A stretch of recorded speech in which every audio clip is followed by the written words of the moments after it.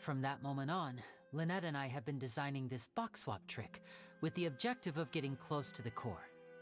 Is that why you needed a whole minute? That's right. In truth, the audience would take about 75 seconds to count down from 60, while I would only need 15 to get to the opposite box. So, after jumping into the tunnel, I accessed the Opera House basement via the vent, and went to investigate the room in which the core is stored. That air vent was created during the construction of the tunnel specifically to execute this step. Well, nothing. As soon as I reached that room and was about to investigate, I heard someone's voice. Which should have been impossible, of course. I was quite certain that I was the only one in the room. That voice seemed to recognize me and tried to speak to me. I chose to err on the side of caution and retreated the way I came. On the way back, I saw the broken vase and the clothes on the ground, but the countdown was almost finished, so there wasn't time to give it any thought. After that, the homicide occurred just as you saw. Well, that explains why you didn't hear the thud. Because of that prophecy I told you about, of course. We must know all we can about this nation's secrets in order to deal with that prophesized crisis. That's the only way we can save everyone. So, there you have it. The whole truth. I swear, I didn't hide anything from you this time. It was never my wish to proceed under this cloud of mistrust either. But like I said earlier, you can be the judge. If you want to leave because you don't trust the Fatui, there's nothing I can do to stop you. Well, Traveler, you decide. Paimon will follow your lead however you choose.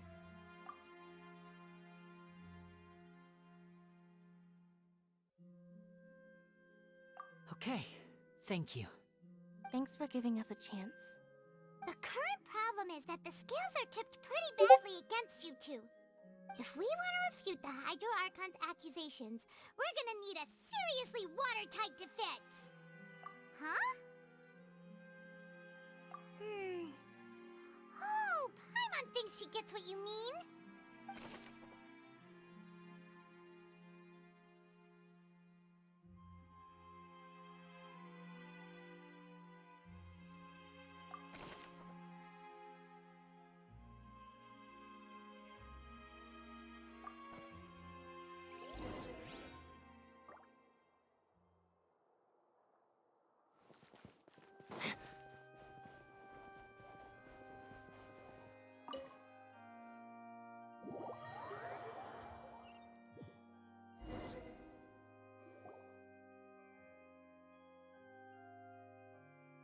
Both parties have returned to their positions.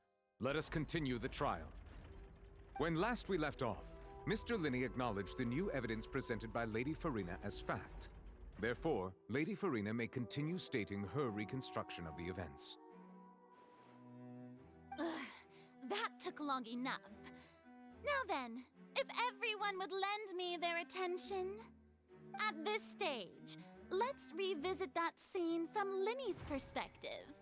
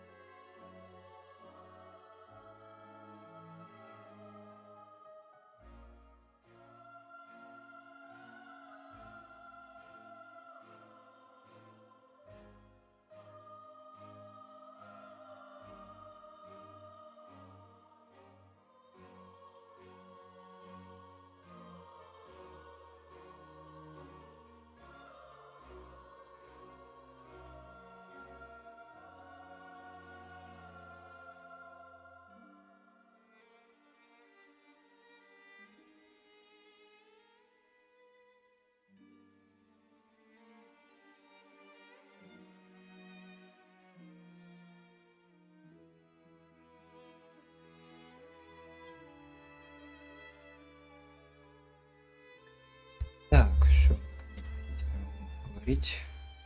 Блин, конечно, то, что линии нет фату, это, конечно, жестко. Казалось. Но, блин, ну это реально, типа, очень сомнительно то, что это именно они сделали преступление. Особенно если факты, которые он сейчас сказал. Да и Чайлд, как бы, еще, скорее всего, немаловажную роль. А еще мы помним, что тут Арлекина где-то должна быть, по идее. Так что сомневаюсь, что Лини и Линет тут сделали свое дело. Да и к тому же мы как бы... Некоторые фатуисты все-таки не такие прям жесткие злодеи. Вот.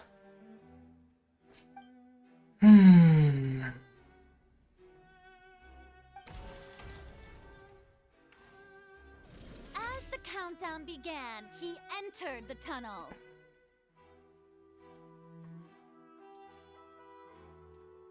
When the flatbed trolley passed, he opened the box and got into an altercation with Halsey, which caused the loud thud. He did not realize that this sound could be heard by everyone in the opera house, which is why he claimed earlier that he could not hear the sound. Finally, he used the vase to knock her out, before making her change clothes to prevent others from recognizing her. At this time, Cowell arrived in the tunnel, having heard that strange noise, and caught Linny red-handed. So Linny proceeded to knock him out too before stuffing him into that box. Afterward, Linny passed the unconscious Halsey to his accomplice through the magic box in the audience stands, before operating the devices such that Cowell's death would be ruled an accident. And there you have it. That's the truth behind what happened. Does the defendant's side have any objections to Lady Farina's description of the events? The key to refuting Lady Farina is the order of events, what Linny experienced, and what he saw.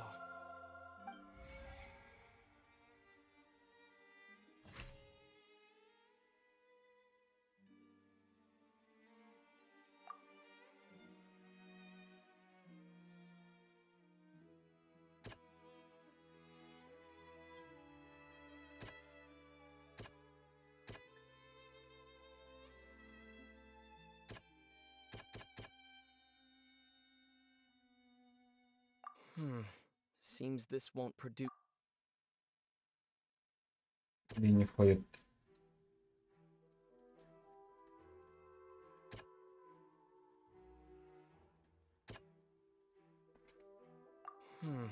Seems this won't. Да, в смысле?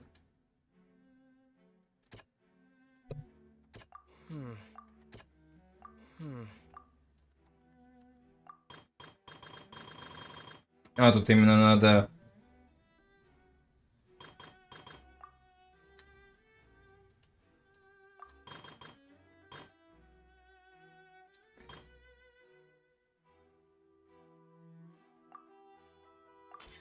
According to Linny, he left via the vent after entering the tunnel.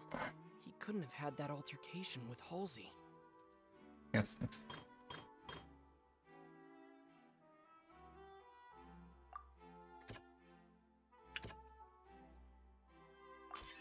Linny went to the room that contains the Oratrice's core. This is the actual truth.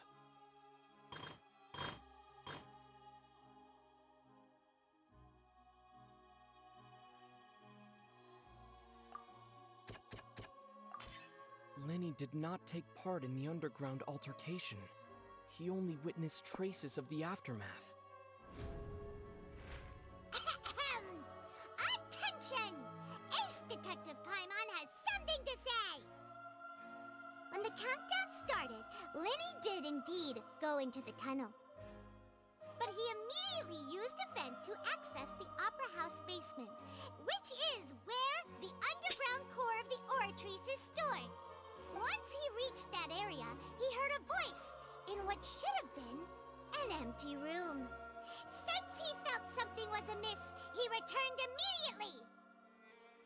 The crime scene had already developed by the time he reached the tunnel again, and in order to complete the magic trick, he did not remain there for any length of time. Finally, he reached the surface, and that was when the accident happened from his point of view. Therefore, he's innocent. О, провернуто.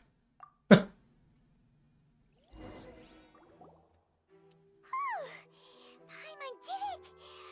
Paimon actually managed to say all that! Wasn't it awesome? In other words, you believe that he knew nothing of the incident? That's right! My reasoning? If that's the case, then if Cowell hadn't entered the tunnel, who was the entire setup meant to kill? Assuming that what you say is true, Linny only needed to kidnap the young girl to cause a new disappearance case. What would the point of killing someone on stage be? Oh, they have a point. That's right, you tell him! And that's why they're partners of mine. They've managed to turn things around. Oh, well, your denial is very strident, I'll give you that. But what proof do you have to back your claims? Of course I do. If he had been in the magic box the whole time, how could he have not heard that sound? Why do you... You're saying that he wasn't?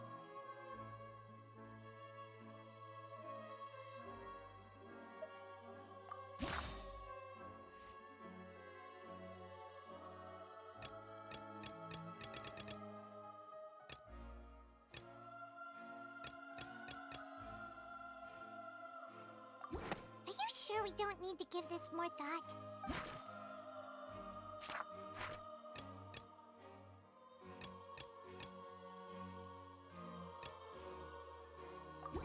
That's right!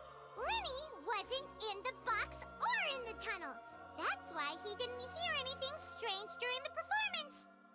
This means that when the crime happened, Linny had already entered the basement via the vent. The same clue you used to disprove his alibi has now become the best proof! How do you like that? Well played. To think you'd use such logic. Well then, if it wasn't Linny who committed the crimes, then who was it?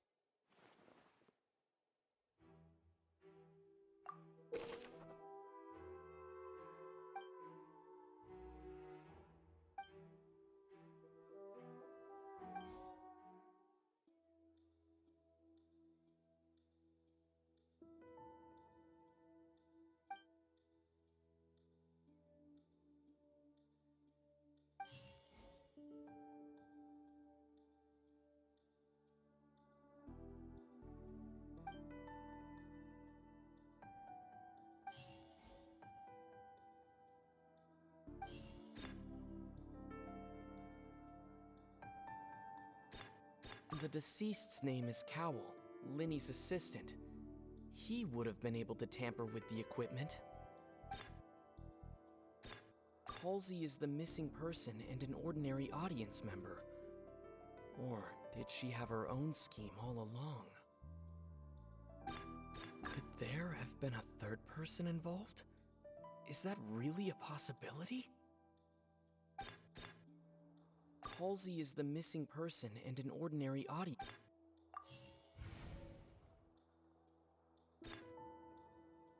Could there have been a third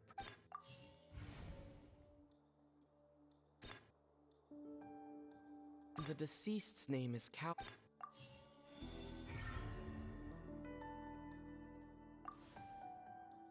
Huh?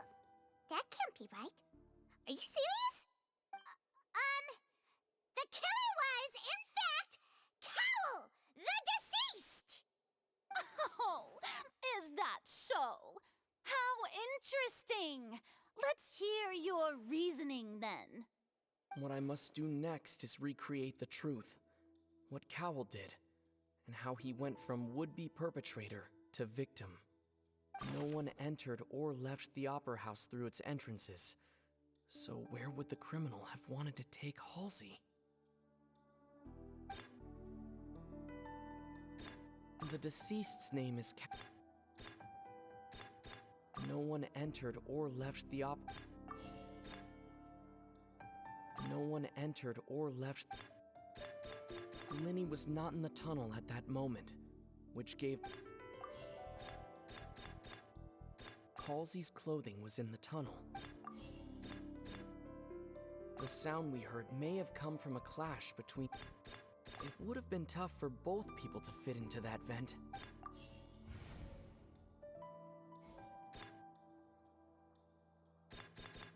Linny was not in the tunnel at that moment. The sound we heard may have come from a clash, but it would have been tough for both people to fit in. Linny was not in the tunnel at that moment. It would have been tough for both people to fit into that. Halsey's clothing was in the tunnel. The sound we heard may have come from a clash.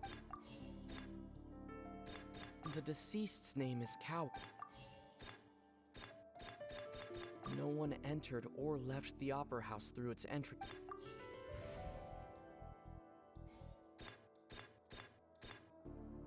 Linny was not in the tunnel at the. Halsey's clothing was in the tunnel.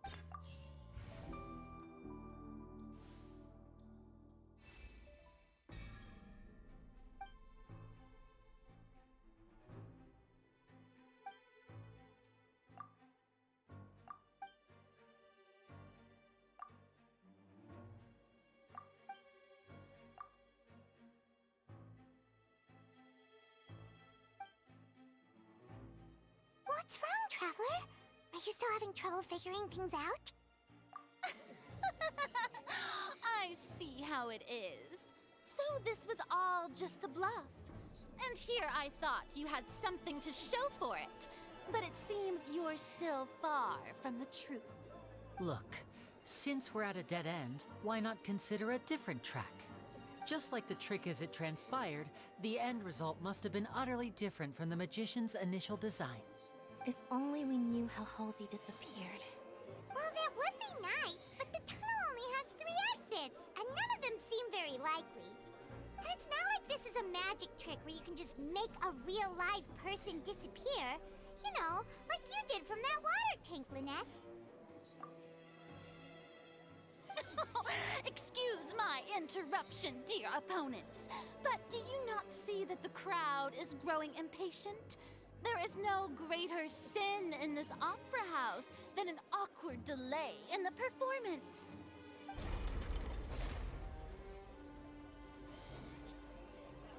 If the defense is unable to make further effective arguments, we will move on to the next stage of the trial.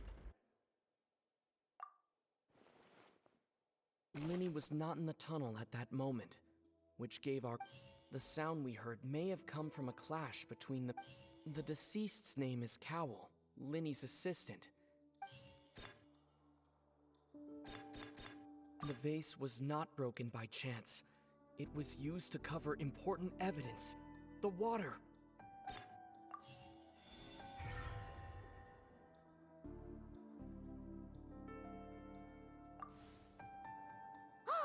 Paimon gets it!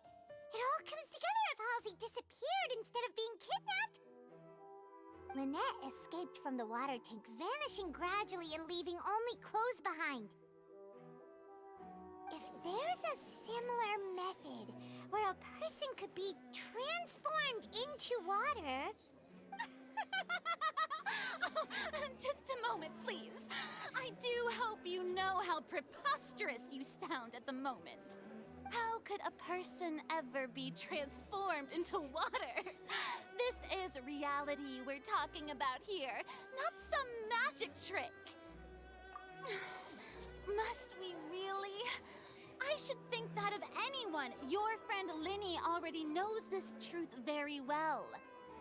Magic tricks are ultimately just illusions and misdirection. But Halsey's disappearance is very real. We're talking about 2 completely different things. Even so, I trust the Traveler's judgment. The truth must be out there somewhere. Perhaps some new line of reasoning may open if we try to gather all the focal points that don't make sense. Since Cal was the deceased, we haven't placed much attention on him. But given that we aren't making much progress with the case, it wouldn't hurt to have a look at his belongings, would it? People really do come up with all sorts of harebrained schemes when at the end of their rope. The way I see it, your suggestion that we broaden the scope of our investigation is nothing but a tactic for stalling the trial. Nevertheless, I believe that this is a reasonable request on the part of an attorney. Since the trial does indeed appear to be at an impasse, I believe that additional evidence may help us make more progress. Guards, please step into the lounge and examine the personal effects of the deceased, Cowell. We are still examining the items, but we have already made critical progress that we feel must be shared with everyone post-haste. We discovered several test tubes of fluid within Cowell's baggage, each labeled separately. The notebook in his backpack claims that these fluids are water from the primordial sea. The primordial sea? The note's contents also indicate that Cowell belonged to an organization that sells illegal drugs and that he had an accomplice. The notebook has many entries concerning safe usage of these fluids, in which the keyword dissolve appears many times. One of these tubes was labeled Opera Epiclese, along with yesterday's date. It is empty. The notes also state that these dissolution properties work exclusively on people from Fontaine. It's likely that Halsey was chosen as some sort of test subject.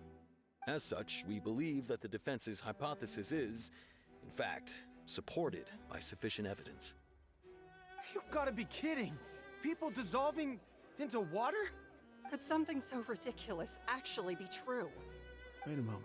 This reminds me of a certain prophecy, but it's just a coincidence, isn't it? Huh.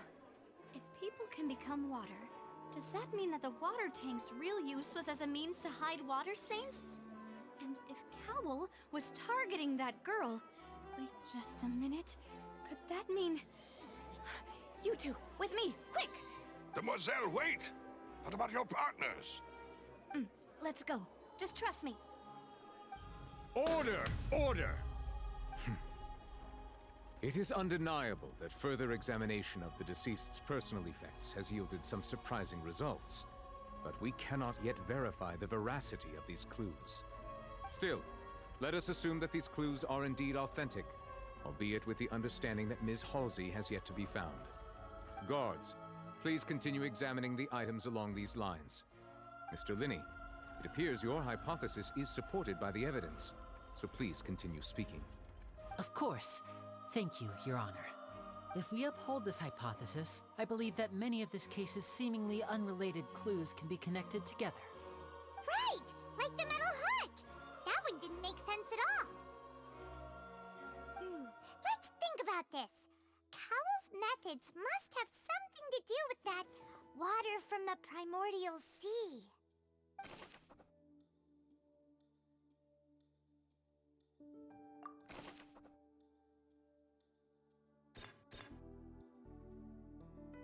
The deceased's name is Cowell.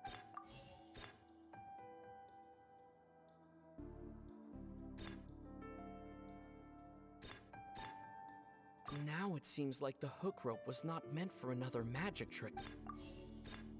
The water from the primordial sea should already have...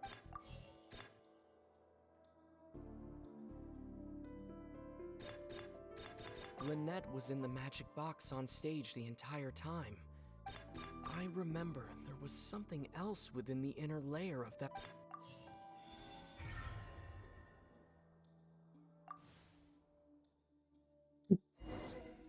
Как бы правильно делать? It's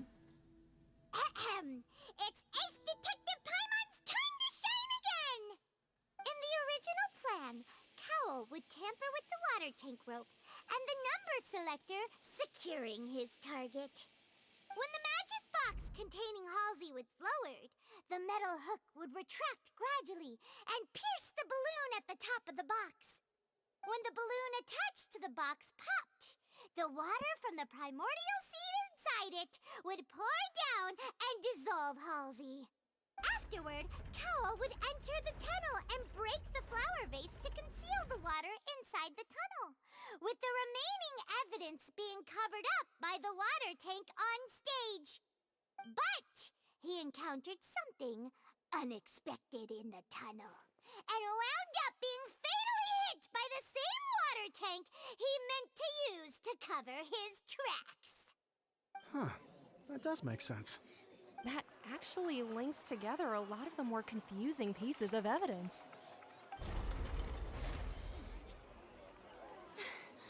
Oh dear, what do I do? Even I think they sound convincing now. Have I falsely accused an innocent person? What a humiliation. Now, it seems like the only point of contention remaining is the exact circumstances that led to Cal's death. His notes mentioned he had an accomplice who could be related to the situation. On that note, the guards have just contacted me indicating that they uncovered new evidence. I shall now invite him on stage to share it with us. Thank you, Your Honor. We were just inspecting the luggage of the other people involved in this case. And we found an identical sample of the water from the primordial sea among Linny's personal. What? That can't be. Oh, I see. Well, how wonderfully comedic to have your own counterattack only to come back and wound you. Does this not clear all doubt? My dear citizens, my loyal audience, allow me to present my reasoning and bring this performance to a swift close. Да наябтить. Linny did not need to take part in the dissolution of the young woman at all. Indeed, he did leave the scene via the vent. Having made modifications to the props beforehand, his accomplice Cowl then caused Halsey to vanish using the water from the primordial sea. But upon his return, in cruel avarice, Linny desired sole credit and prepared to do away with his partner in crime. Ultimately, he knocked Cowl out, and the tool meant to cover the crime up also became a murder weapon. Now, as much as I regret having come to such a viciously straightforward conclusion, it does seem that the famed Fatui is quite the cold-blooded and ruthless organization. Am I right, Mr. Linny? We've used up all the evidence we collected. There's no way for us to make a rebuttal here. Is this the end of the road?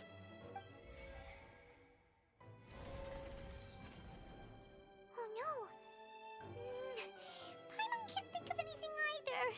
It doesn't look like there's any way around this. Seems using the water as new evidence was too good a move. Why did this have to happen now? I think we've all seen enough now, and we have ample witnesses to my flawless reasoning. I believe this is indeed the finale. Now then, my good, noble Chief Justice, should we not, in your view, move... Excuse me, everyone, but I must interject. Miss, I must ask you not to shout and to Oh, come on. Don't be hasty. I have a good reason for interrupting, you know. Now, would anyone here like to take a little break from all this debate and see a little magic? I'll show you an amazing trick. One that can bring a young woman who has disappeared back in the flesh, right before your very eyes. Please, do the honors, Mr. Linny. If you... What in the world is she saying? No offense, miss, but miracles like that are beyond my scope as a magician. Come on now, don't be silly. Magic is all about misdirection, isn't it? It often conceals the truth while presenting a fascinating illusion. But once everyone believes the illusion, can't magic reveal the truth to them once again? And wouldn't such a trick be the most marvelous finale to today's performance? Come on, Linny and Lynette. Give it another go. Don't worry. Spina di Rasula has made the necessary arrangements on your behalf. But as the magic makers and stars of the show, I think I should leave the final performance to you. I understand.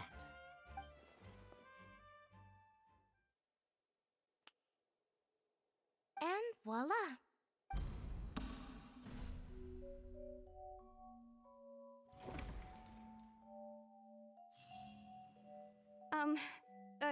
Sorry for the interruption. Wait, isn't that Halsey?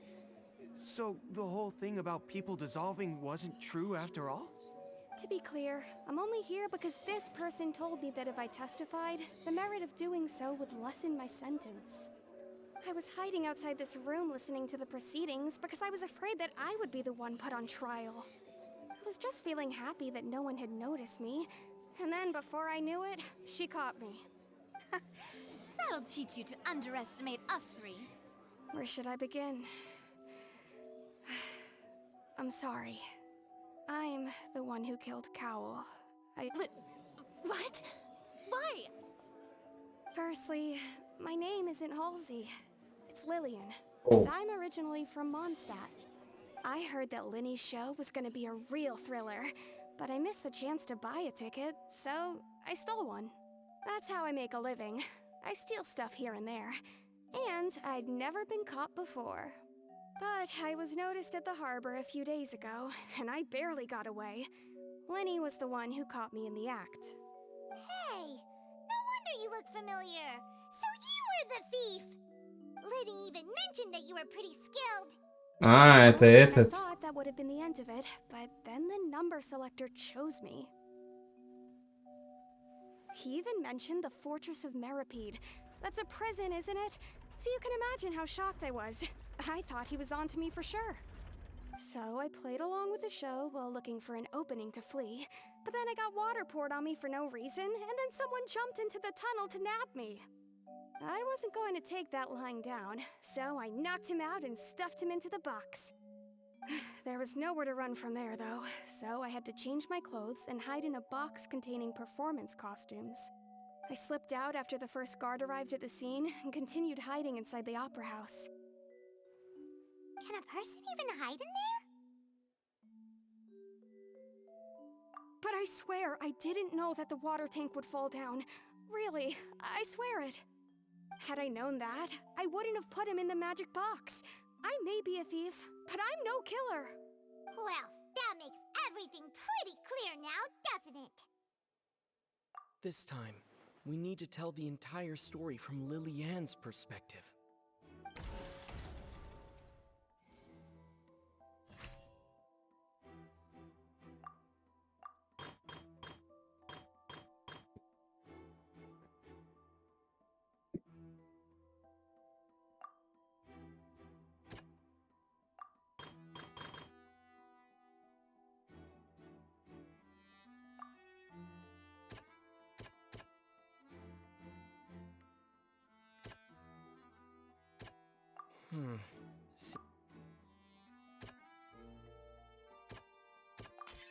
The strange sound wasn't from a fight. It was Lily-Ann's attempt to break out when she was frightened.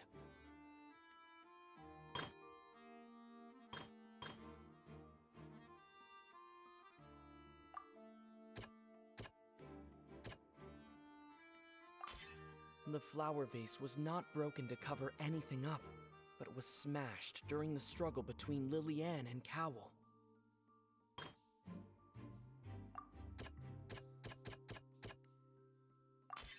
Lily-Ann was afraid that she would be recognized if she left, so she changed clothes and hid, biding her time. Just... And it's Ace Detective Paimon time! Having been selected out of the blue, Lily-Ann panicked.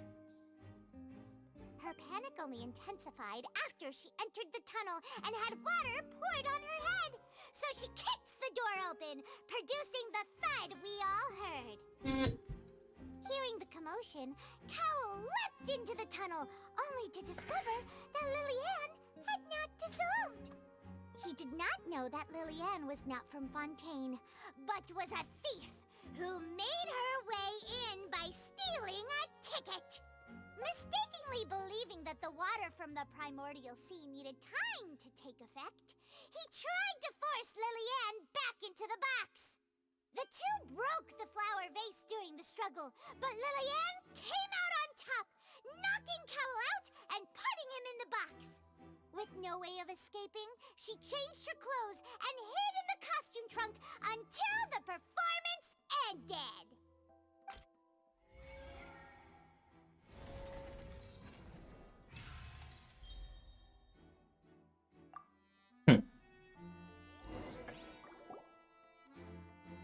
She knew that she would have to go through guard inspection if she tried to leave afterward. So, she has been trapped in the opera house these last 2 days. She had already become desperately hungry by the time we were chatting over macarons. So, she swiped 2 of them right under our noses. Talk about a sneaky thief. At this point, all the events that happened in the tunnel have now come to light. Ah, so that's the whole story. Bravo! Bravo! Now then, Lady Farina, do you wish to speak against the defense's statements? Please answer the question, Lady Farina. Also, if I may add, the trial has not yet ended. As such, I request that the prosecution not leave the room before the proceedings have concluded. Гидроракон там просто помогает. What? Are you reading my mind now? No, I have no further arguments. I admit defeat. But really, could you at least have left me with some dignity? Так легко играть гидроракотом, это, конечно же. She's like a deflated balloon now. If there are no objections, then as the Chief Justice of Fontaine, I shall once again repeat the full sequence of events. The actual perpetrator of the serial disappearances, Cowell, selected his next victim from the audience reservation list. With some modifications to the selector, he could ensure that the pre-selected young woman would be chosen. To cover up any evidence while committing the deed, Cowell thought of allowing the water tank to fall, which would conceal the water left behind after the young woman was dissolved. He also tampered with the rope suspending the water tank, using the fireworks at the end of the performance to cause the tank to drop and hide the watermarks. He poured the water from the primordial sea into a balloon during the preparation of the magic box and stuck it to the box's lid. Finally, he passed the prepared hook on a rope through the gap in the magic box's door when bringing the young woman to said box. When the magic trick officially began, the box containing the woman was lowered into the tunnel, tightening the hook rope and bursting the balloon containing the water. If all had gone to plan, the young woman would be dissolved at this time.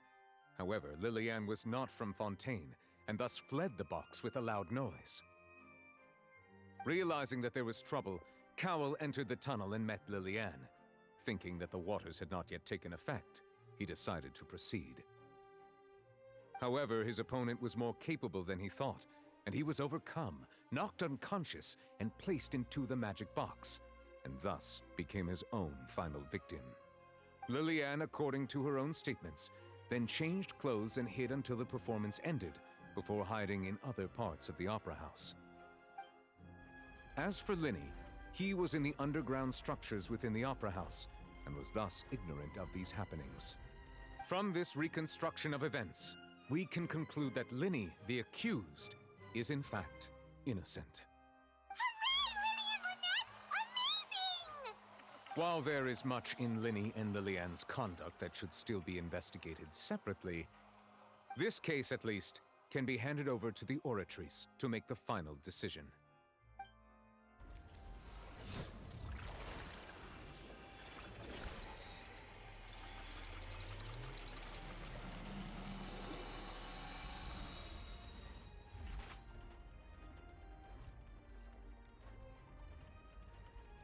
As such, Linny and Lynette are officially declared not guilty.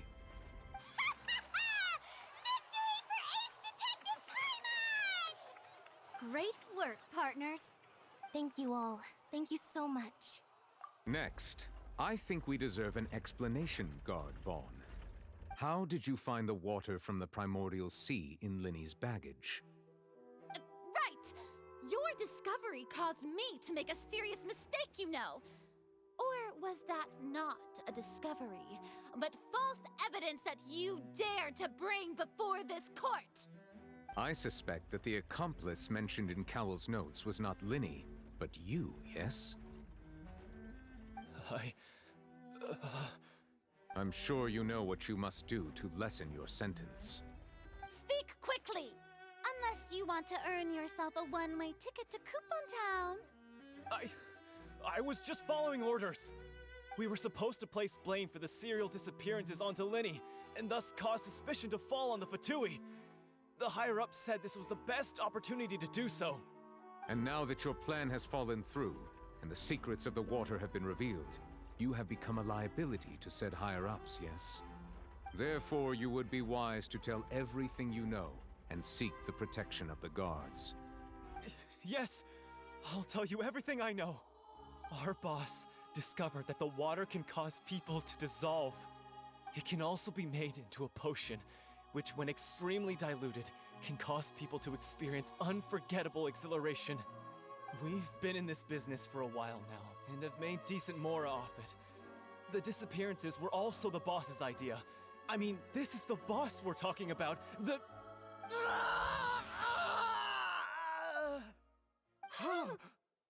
Oops.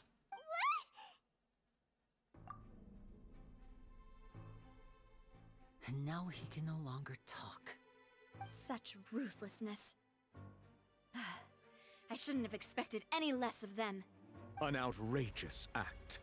All present, please submit to inspection immediately.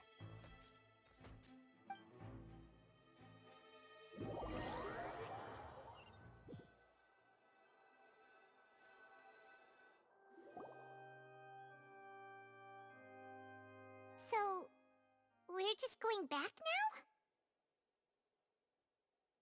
That's true, but... Traveler, Paimon! Please wait. Linny... I know you may not want to speak to me right now. Maybe you don't even want to look at me. But still, let me thank you again for defending me to the end, even after you learned that I'm a member of the Fatui. I guess. But regardless, I'd like the opportunity to set things straight. I didn't approach you with any ulterior motives or ill intent. I've spoken to you as myself, just plain Linny this entire time. As for why I'm a Fatus, it's because the goals of the House of the Hearth align with those of an orphan like me. That's all. That was how Father, who you might know as the Knave, approached recruiting us back then too. Ого. The Knave? The one who controls the House of the Hearth? She's your father?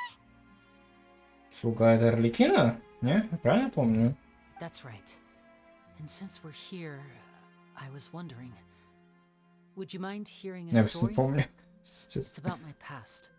Back when our parents first died, Lynette and I were left wandering the streets. To survive, I took to surreptitiously observing an older street performer who did magic. It took me several days to figure out how he pulled off his amazing tricks. I took my sister through several streets until we found a crowded corner, and we began to perform magic tricks there. To my surprise, we proved to be pretty popular, and we could at least stop worrying about where our next meal would come from for a time. But I didn't want my sister to remain a street rat together with me forever. Before long, an aristocrat came to me and claimed that he wished to take us in after watching my performances. So you went from orphans to nobility just like that? That was how we felt at first too. As if fate was on our side and we could say goodbye to those painful days. But I gradually discovered that while we were called foster children, he was really after my talent for magic tricks. He would constantly take me to all sorts of banquets to garner attention, which he would then use to expand his social circles. That doesn't seem too bad either.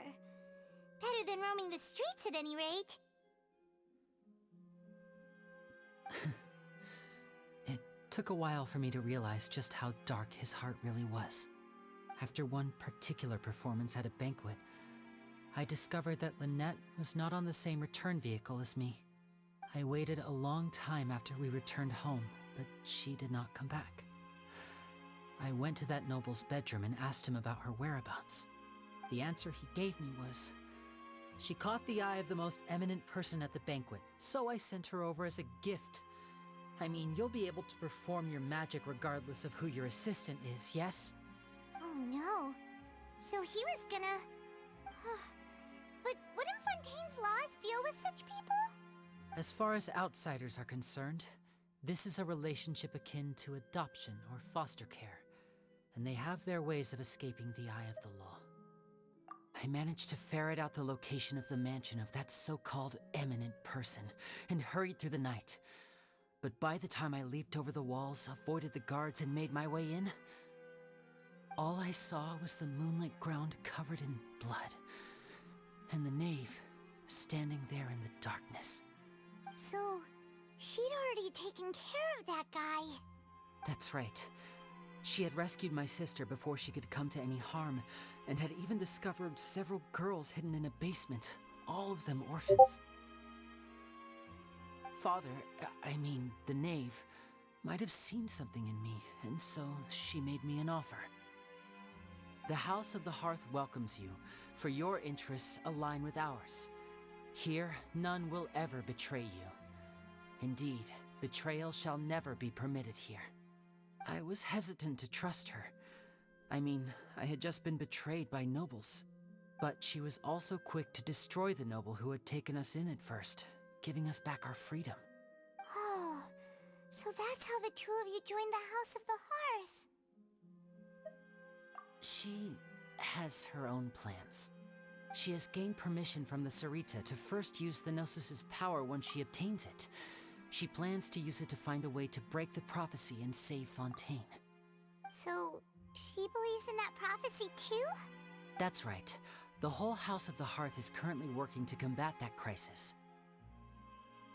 Today's case has also proven that people from Fontaine can indeed dissolve into some sort of water, thus further supporting the prophecy. All of us house members here, Lady Arlecchino herself included, are from Fontaine. We won't give up on defending our homeland. To us orphans, the only connection we have left to this world, apart from our family, is our homeland.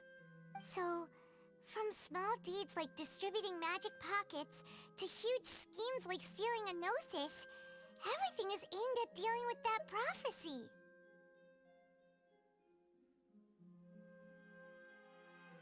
It's all right. I understand. The only thing I can do is relate all this to you. I just hope you can understand that even as a member of the House, I have never stopped making my own decisions, and that I believe what I'm doing is right. If you should need anything at all in the future, feel free to find me. I will do my best to help you, as plain Linny.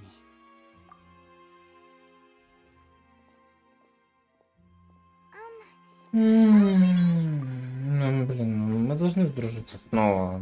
Типа, ну... Да, он обманул нас, но не из злых намерений все-таки.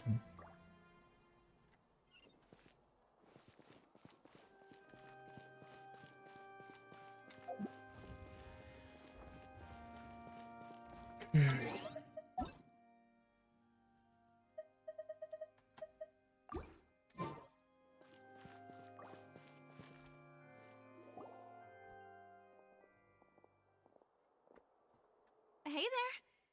What was with the disappearing act you pulled right as the trial ended? Were you looking for us, Navia?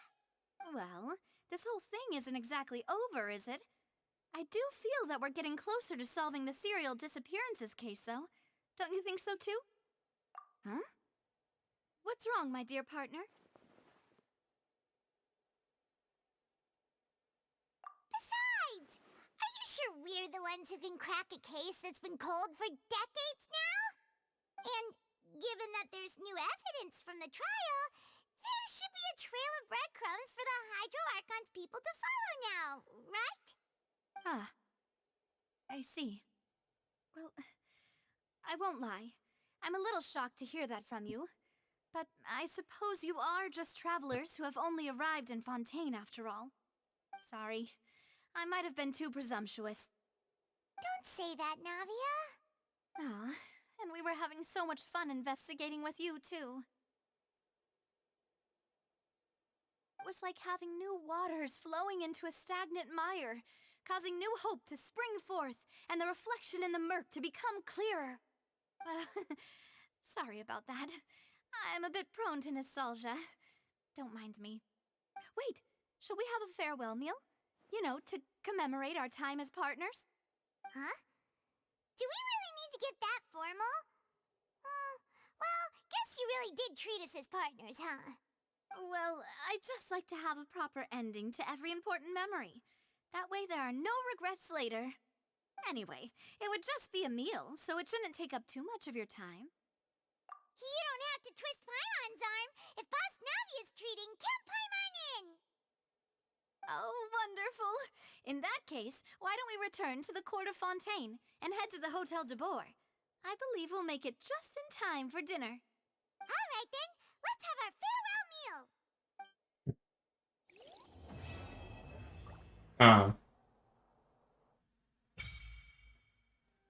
Отношения Фонтана Люси.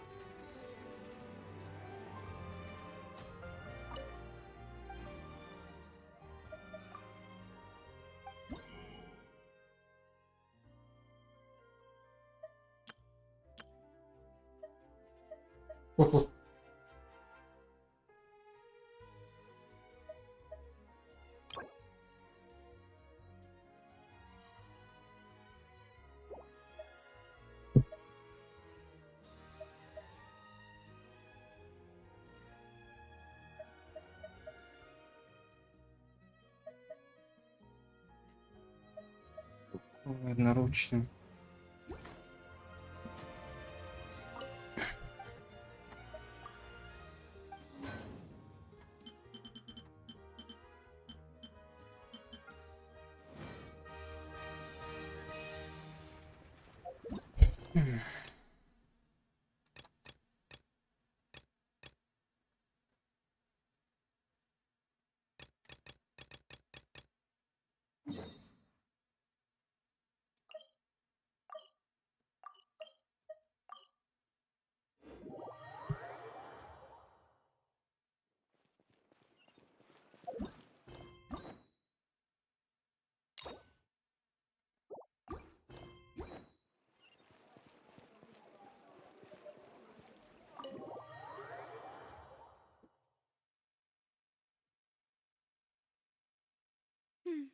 I came here several times with my father when I was little, but stopped eating here as often after growing up. I hope the food here will be to your taste. Oh, don't worry. We haven't eaten at a hotel like this in a while. Paimon's getting excited already. In that case, I'll go order for us first. Please wait here a moment.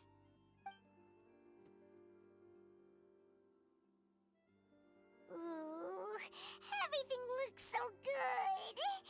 People in Fontaine sure know how to enjoy life. Why, of course. Go ahead, try whatever you like. If the food's good, I'll make a group reservation for the rest of Spina di Rosula next time. And if it's not? Well, then I'll still bring everyone. Albeit with only one dish per table. You, sure have your own way of doing things. Oh, we called this a farewell meal, but we could also treat it like a victory feast, right? We did just win that case after all. Oh, true. Very true. In that case, boss, we'll have another 2 dishes. Huh? Paimon didn't mean that you had to order even more food.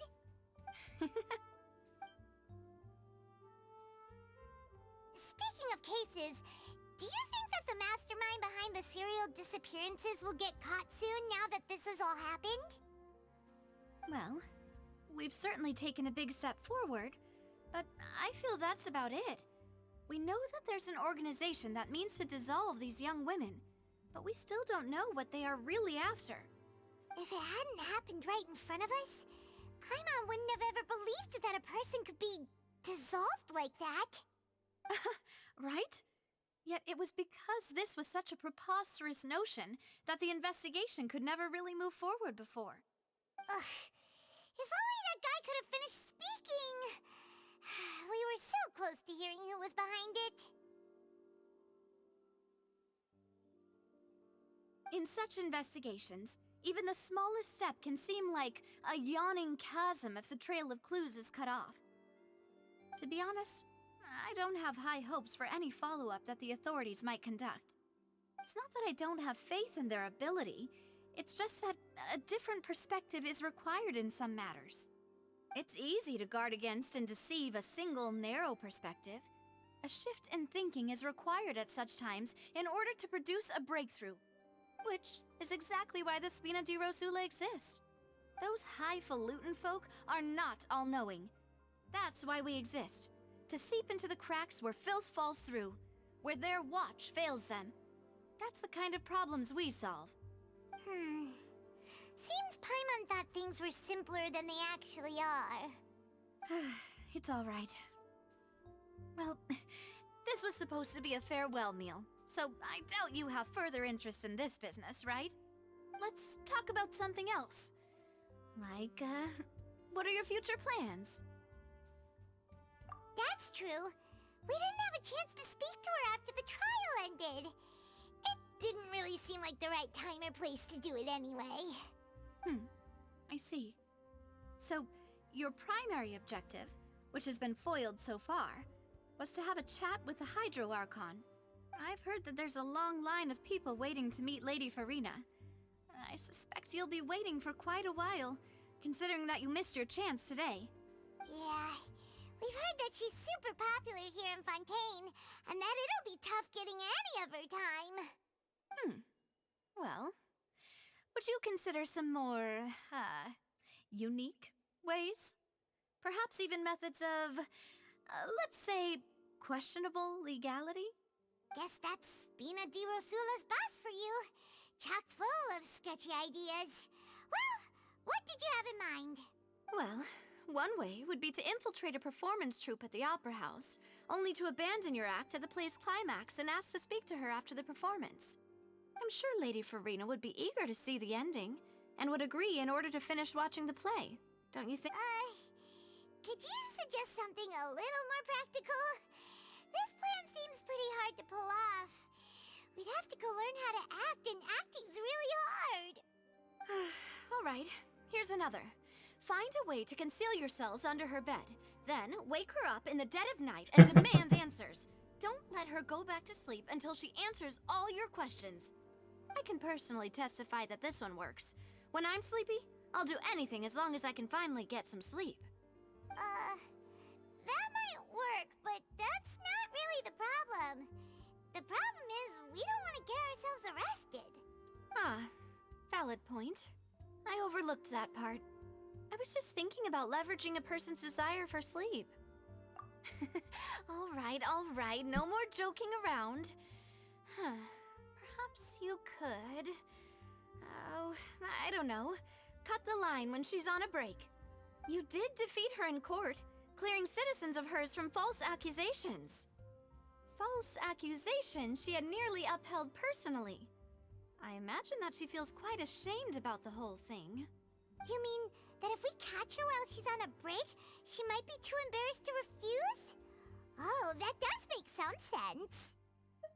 Why don't we give it a try after this meal? You know, strike while the iron is hot and all. Huh? Paimon, did you drink my Fanta? Was this your drink? Sorry about that. Paimon wasn't really paying attention and the cup was right next to Paimon. Would you like to order another? No, it's fine. We're just about done here. Alright.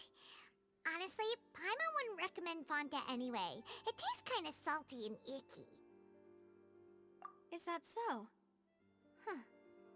Well, in that case, we'll have to blacklist the Fanta here then. If we're all finished eating, then I'll go pay. Yeah, we're stuffed. Thanks for the treat, Navia.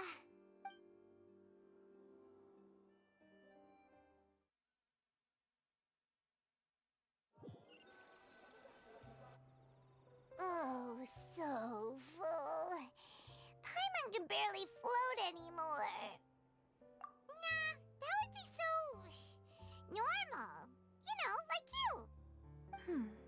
Okay. As for expenses this month, we're left with... Hey, Navia! What are you doing over there? Oh, nothing. It was just a meal, you know? Nothing the Spina di Rosula can't cover. Let's get ready to try to meet the Hydro Archon again. Bye, Navia! So this is goodbye, huh? Well, if you do encounter any other trouble in Fontaine, you're always welcome to contact the Spina di Rosula. I'll give your request the highest priority. In any case, I wish you smooth sailing. I'll see you again, partner. See ya!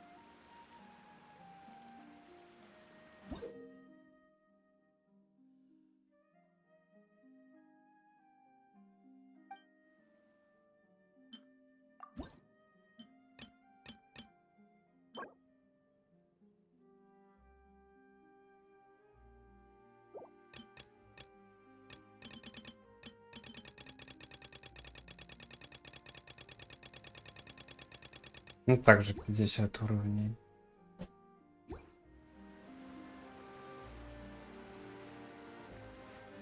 There aren't many people around anymore.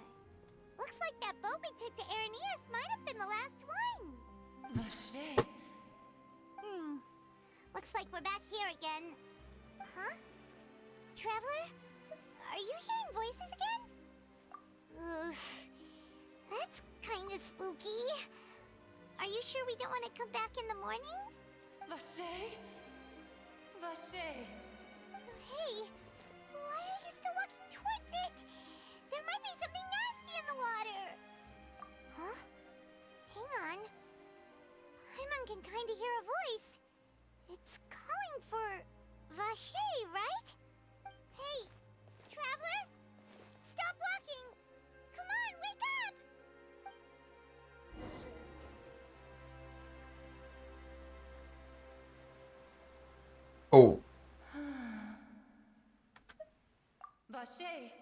Are you my dear Vache?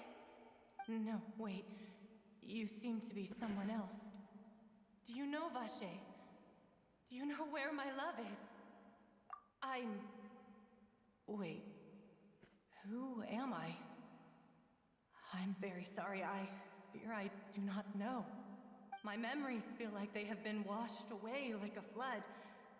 So many fragments dissolved amidst the tide, never to be recovered. How much have I lost? How many things that I once held dear while on land have I since forgotten? Yes, that is what I was once. But now, I am but the consciousness of one who is lost, therefore. I do not know how I came to be like this either. I only vaguely remember being covered in light blue water. Одна из растворенных, да, превратившихся в океане. I also remember going to many places. I loved adventure, loved exploring places of peril. No matter where I went, Vache would go with me. I knew how dearly he loved me. But now, we can no longer go back.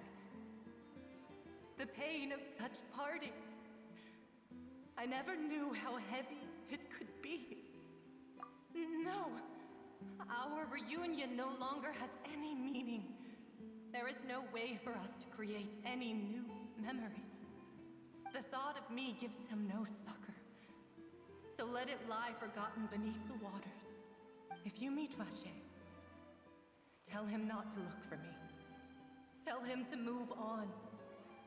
That is the only thing I still remember. Perhaps that is so. As I was submerged in the waters, losing consciousness, I saw Vache above the surface. His eyes, if only I could have comforted him. Told him that I did not suffer. Indeed, I had felt a great warmth. Is that what you call it? Dissolving? If anything, I consider it a form of release. It was a state of neither fear nor frenzy, with only an endless peace, like the water's still surface. I could also liken it to being a thirsty person who drinks water for the first time, and only then sees how they have lived for so long in a world of endless want and anxiety. I think I hear your companion. It's time for you to go, I think. Farewell, then.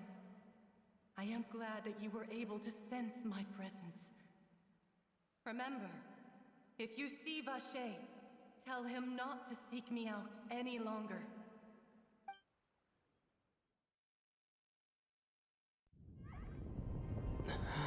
Опа.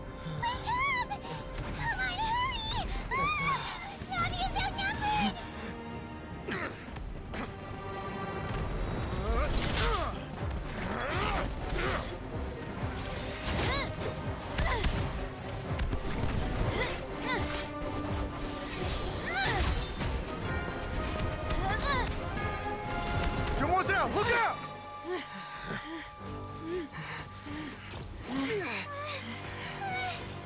Dear God, it's a whole army of Gardamex.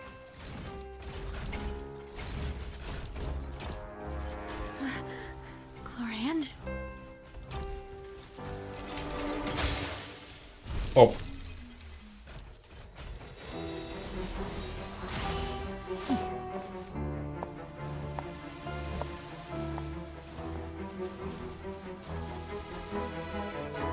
Quick, now's our chance!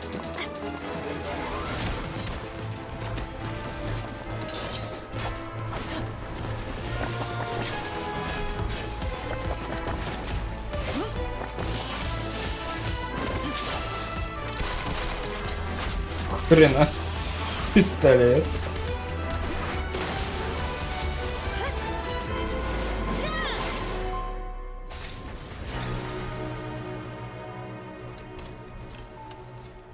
А что произошло вообще?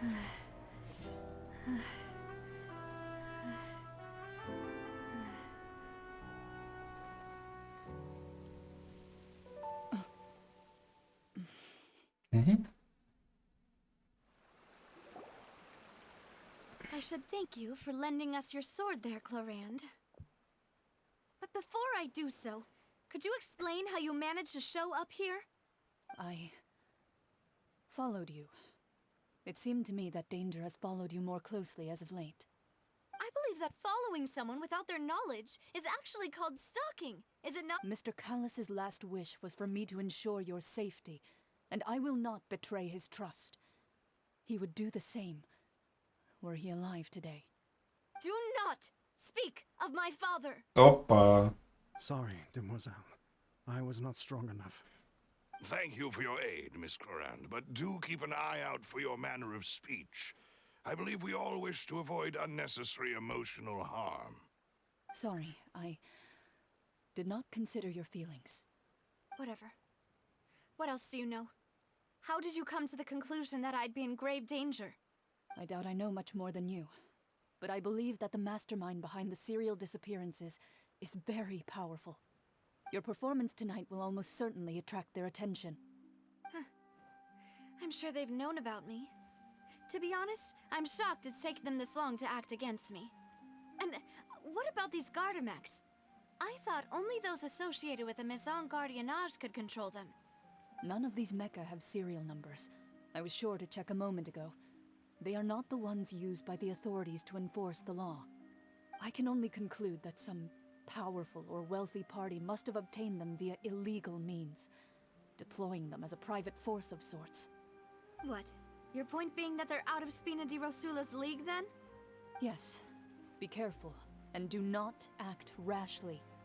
I will continue investigating no matter what. We will bring the truth to light. That's my father's true last wish.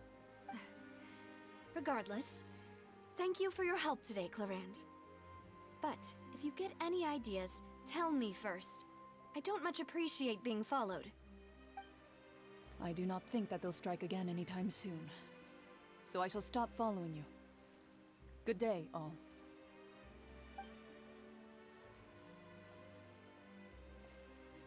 Right. I suppose that's the best news we've gotten today.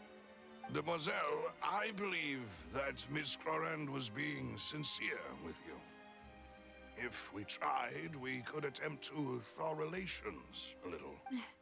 I know, she's... Oh, thank goodness! Paimon thought we were done for! Those Gardamex came out of nowhere while you were unconscious, and Nadia and her gang saved us! Oh, and there was that champion duelist named Clorand who came out to save us too! We got lucky there. Paimon probably couldn't have fought them off otherwise. Oh, come now. Forget all that polite talk. That wasn't really a farewell meal we had back there. Not for me, anyway. In truth, I hope that every meal we have together shall be a victory feast. As such, we're still partners. There's no need to thank me. It will take 50 years for me to match Demoiselle's magnanimity. If it were me, I would have joined the Spina di Rosula on account of her goodwill long ago. All right, you two. That's enough. Actually, Navia, how did you know that we were in danger? You sure did show up in the nick of time. Well, to be honest, you're the one who tipped us off, Paimon. Huh? Really? Paimon contributed somehow? Ooh, Paimon's even more amazing than she thought! Yes, all thanks to you grabbing my drink by mistake. How did that help? After we parted ways, I was on the way back to one of our bases when I suddenly thought of what you said. That the Fanta tasted kind of salty and icky. Fanta only comes in sweet flavors, so how could it have tasted salty? The color of the drink, if I recall, had also been a bit off. So the Fanta had been spiked with water from the primordial sea? Yes. So, if you hadn't drunk that cup for me... Oh. Spina di Rosula is preparing the grandest of awards for you as we speak for saving the boss. Huh? Really?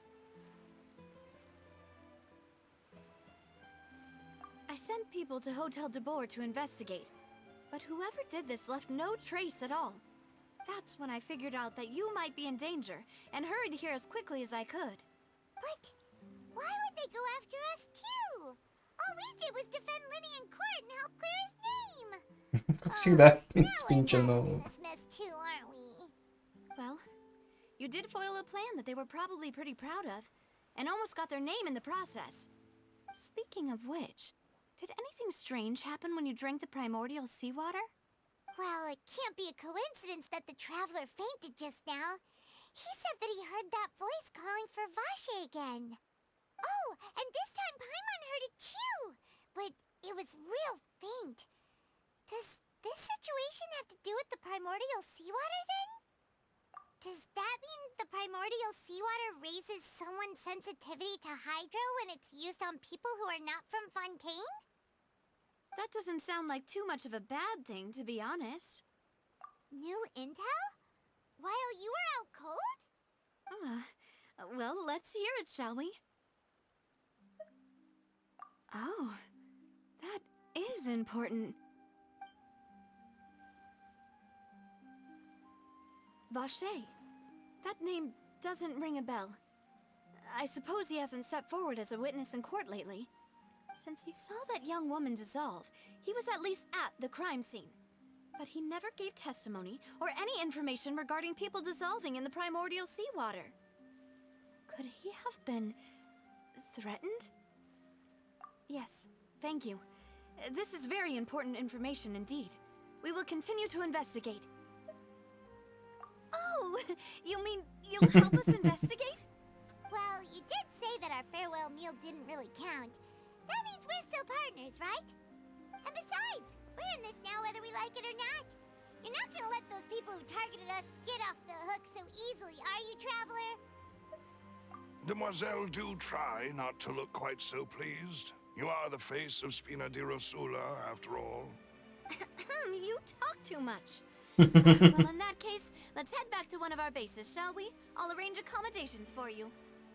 We also have some plans to go over, and hopefully we can deepen our bonds as partners. But we'll take that one step at a time, I guess. Don't worry, you two. With us around, our base is definitely secure.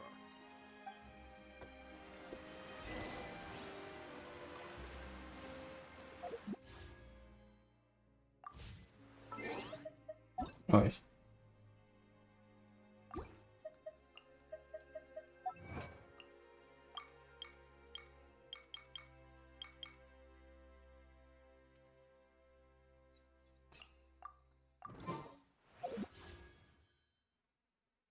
Там прям гема не хватает, серьезно.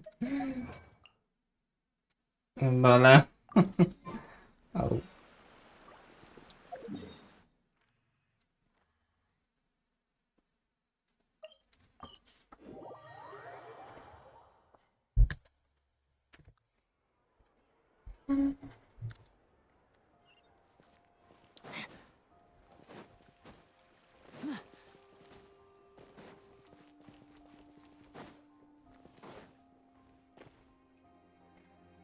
It's right up ahead, but let's make sure we weren't followed first.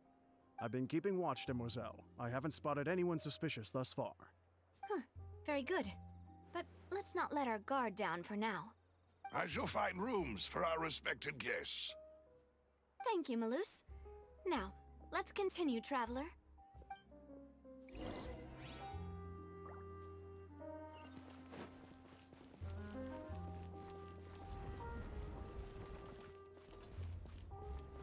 О. Здравствуйте, канализация.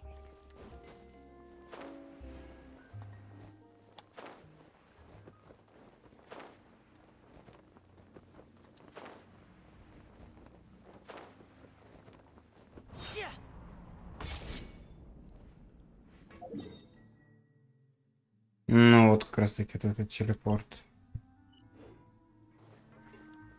Ой.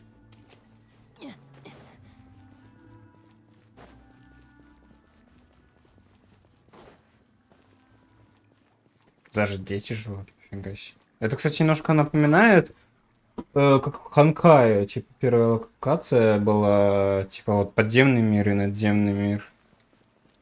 Что-то так мельком напомнило это.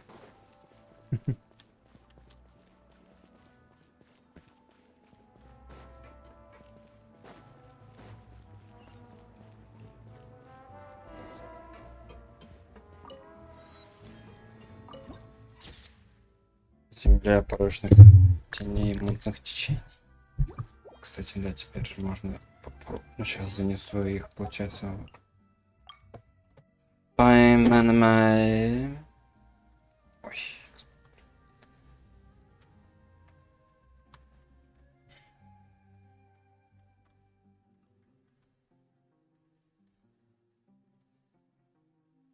Так. 906 из 1337 достижений. Капец. Так.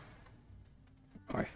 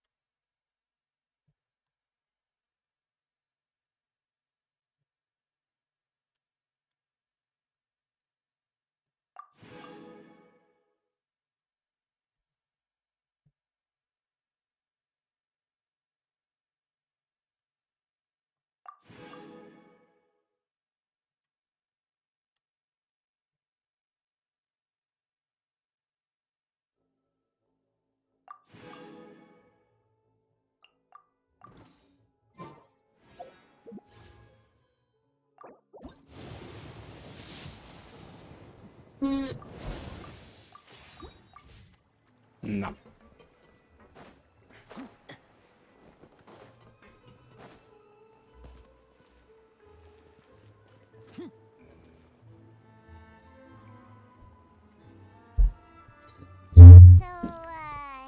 This is your base? It's not quite what Paimon imagined. Your accommodations have been arranged. Under the present circumstances, I can confidently say it's the best we have. Well, our funds have been a little tight lately. After all, we don't allow illegal or unethical profiteering. In fact, our funds often come from citizenry who support us. Seems like it's tough times for everyone. But if you have the support of the people, that does sound like it's worth it. To be honest, our financial situation was a lot better back when my father was in charge a few years ago. I'm afraid I'm not quite his equal. Your father... He was the previous boss of Spina di Rosula, right? How did he... Demoiselle, if you'll allow me to explain. No. I'll explain it myself. I suppose I couldn't run from this topic forever. And as partners, this is something I hope they can understand. My father's name is Callus. Yes, the same one they call Callus the Unfaithful in the streets. 3 years ago, he was accused of murdering his own friend. But he chose a duel to defend his honor instead of standing trial. He died in the duelist's ring. Oh no. But I do not believe my father was a murderer. I'm sure he was set up. At the time, I believed that if he only stood trial and was duly investigated, something amiss would crop up and prove his innocence. But strangely, he not only requested the duel himself, but rumor has it that even after being seriously injured, to the point where he could be deemed as having lost the duel, he refused to surrender, determined to die in the arena. 3 years later, I still don't understand why he did that. How could he protect his honor if he's dead? If anything, he gave up his chance to defend himself. The closest piece of info I have is that my father had been investigating the serial disappearances case at the time of his death. Ah, so that's why you're so determined to Кто-то get ему to the решил bottom of наступать that в case. пятки. That's right.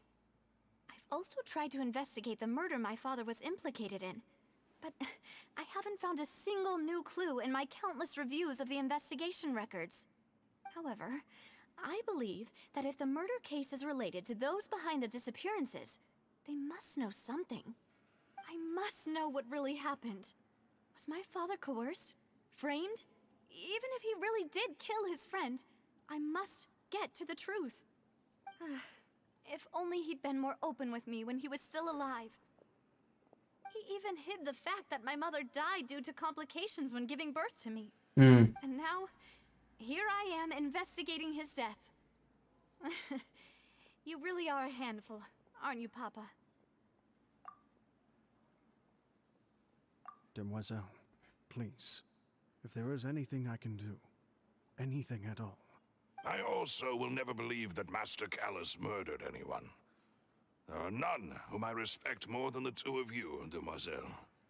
Master Callus did so much good in life, yet all it took was one murder case for him to be dubbed Callus the Unfaithful. Even our supporters decreased greatly due to that incident, hence our strained finances at present. Wait, if Callus was such a good man, wouldn't people at least be a little suspicious when he was accused? No. Perhaps people just revel in that kind of drama. It's not something exclusive to people from Fontaine, really. Everyone's like that. People love watching the evil turn over a new leaf, but they also enjoy watching good people fall into an abyss from one slip-up just as much. But how could... Never mind. If Callus was really falsely accused, we have to find the truth. He didn't deserve to have that happen to him. There is one other thing. Oh. Master Callus's opponent in the duel was Ms. Clorand. Oh, her?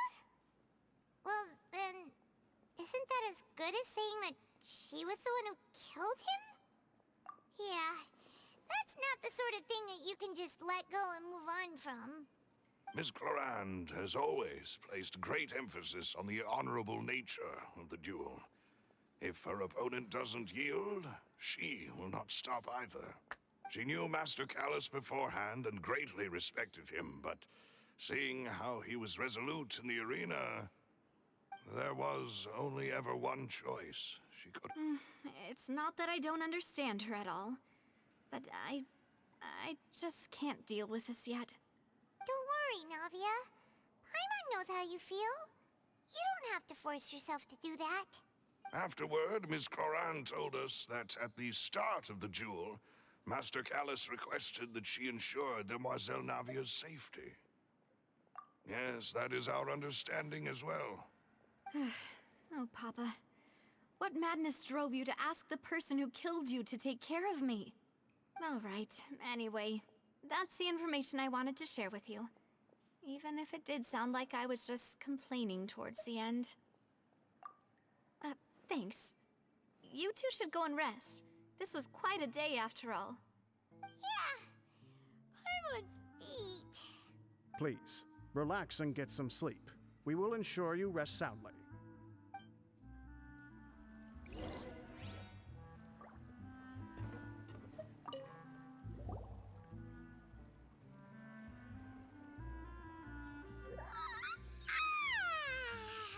Paimon slept so well.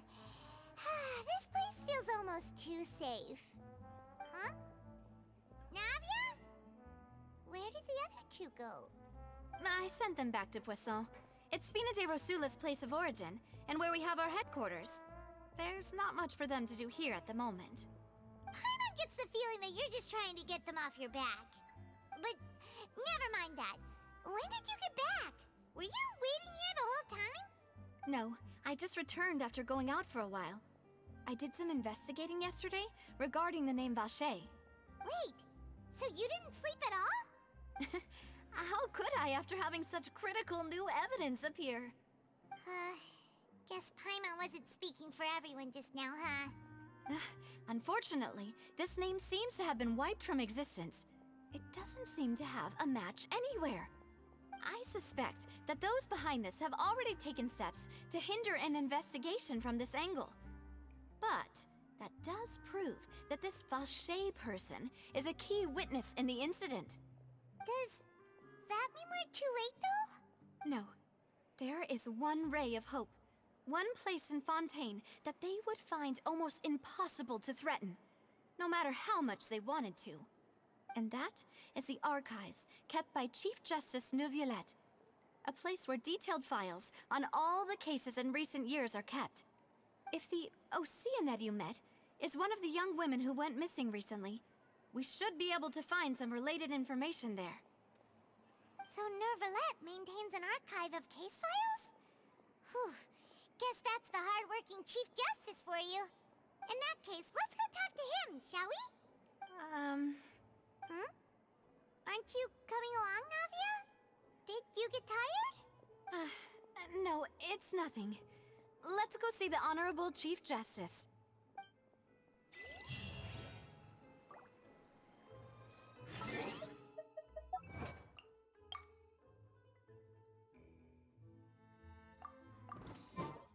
So long as the...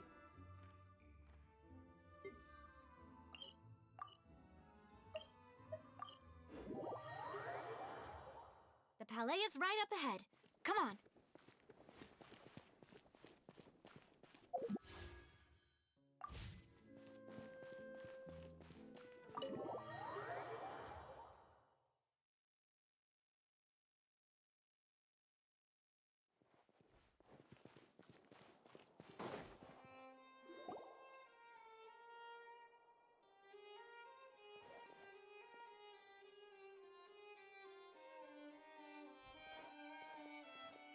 Halt! Please state your business here. The Chief Justice is presently occupied with official matters. Huh. This place does look pretty heavily guarded. Guess that proves that Neuvillette's files are really secure. Hey, don't you recognize us? Huh? Who are you? Just to be clear, I don't care who you are or who you might be related to. Our rules make no exceptions. See? They've got great discipline, too. Yep. Paimon can tell. If you're here just to crack jokes, I can point you towards the exit. Unlike some, we're busy, so please leave if you don't have a reason to be here.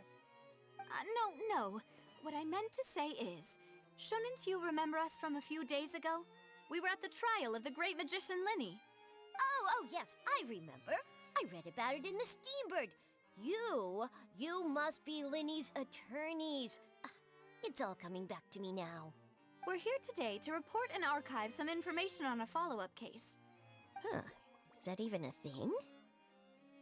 Of course. Don't worry. We're here on official business. You can trust us. All right then, I'll let you through. The Chief Justice is just inside. Thanks so much. Объебали. Вахтерши.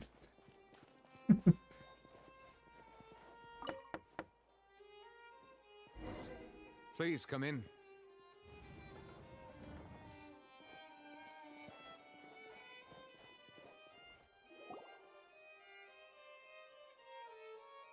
Здрасте.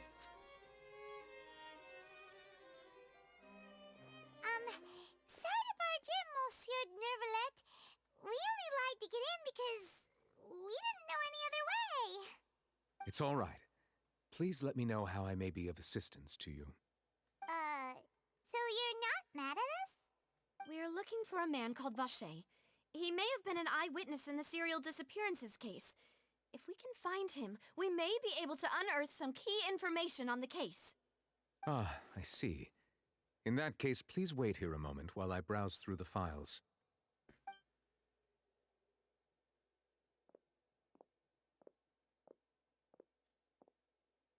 Who knew that Neuvillette would be so easy to talk to?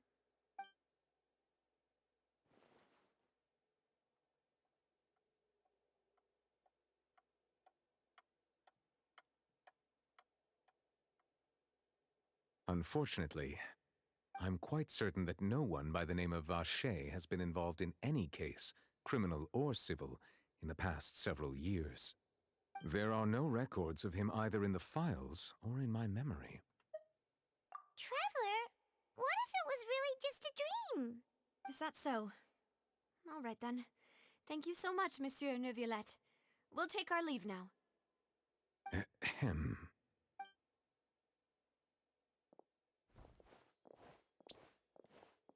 Miss Navia, I can understand how you feel. Your father, Callus, was a truly exceptional man. We deeply regret his passing. And what are you trying to say, Monsieur Neuvillette? Are you trying to console me? Extend your sympathy? Or just express some tendril of regret? No. You are not trying to do any of that. I can hear it in your voice. There's no emotion behind your words. You only said those things because you felt like you should. It's just like last time. After my father took his place in the duelist ring, I pushed through the guards to talk to you as a last resort. You even told me then that you thought there was something fishy with the case, yet you still allowed the duel to go ahead. In your eyes, the value of a human life is nothing compared to those cold laws you hold so dear. If you truly regret my father's death, then why didn't you call a stop to the duel? Why didn't you give me the power to stop him from throwing his life away? Why did you just let him die, despised and hated by all? Everything was hanging on a thread at that moment. Just the tiniest effort could have changed. If there are still so many things I never got to tell him.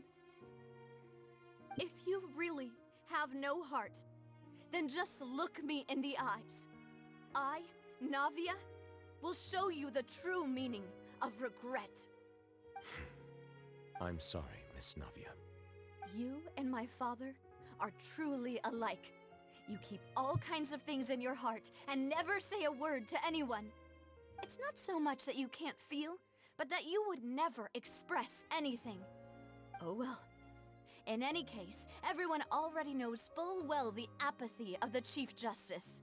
My apologies for taking my emotions out on you, Monsieur Chief Justice. Let's go, Traveler and Paimon.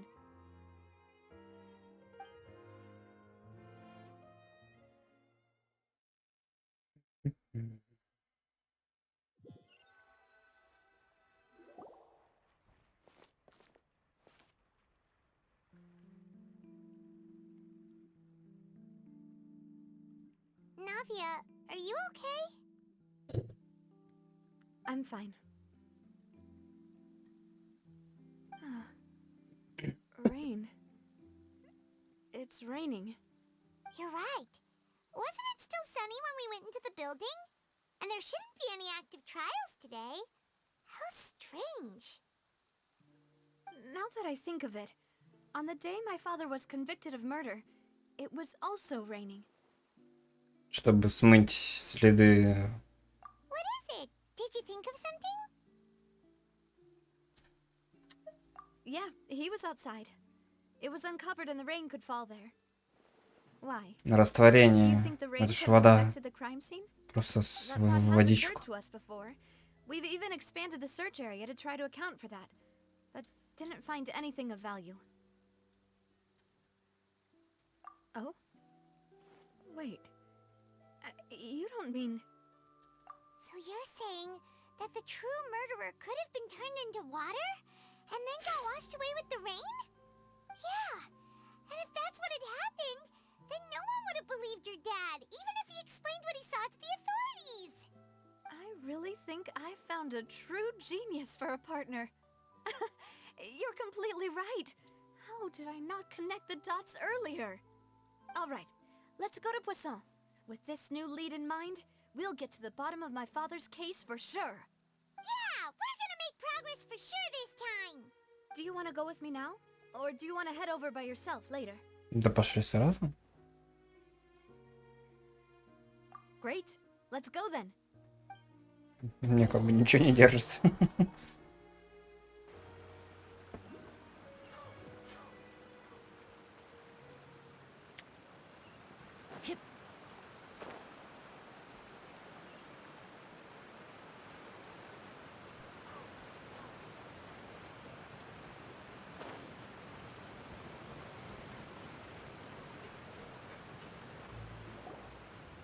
Whoa, what a huge ship! Why would a ship be anchored at a place like this? There's no need to be so surprised. While it may look like a ship, it's actually Spina di Rosula's headquarters. My father was the one who asked for it to be built like this. Perhaps our taste in exterior design is the only thing we occasionally had in common. A gigantic and glamorous ship embodies discovery, opportunity, ambition, and conquest. It symbolizes Spina di Rosula's bright and limitless future. And Paimon thought you were bluffing when you said Spina di Rosula had a glorious past. Paimon was confused why a group with such a history would live in the sewers. But now that Paimon has seen this ship for herself, she's been convinced. Well, Poisson is where Spina di Rosula began, after all. It's our main base, our home.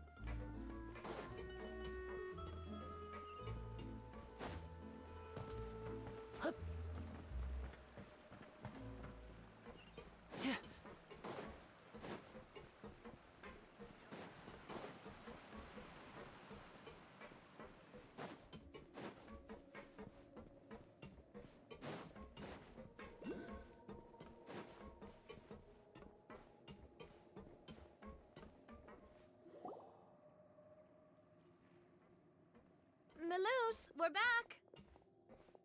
Apologies for the wait, demoiselle, and our most important partners. You said before that you still had some business at the court. What brings you back to Poisson so quickly? About that. It's because my partner here reminded me of something really important. You see, what if my father's case had something to do with water from the primordial sea? You still remember, right, Melus? On that night, it was raining? Yes, the case was quite similar to that of Mr. Linney's. Both were what you'd call impossible murders. Could you tell us a bit more about what happened before? Yeah, of course. Many years ago, something called synth began to gain popularity in Poisson.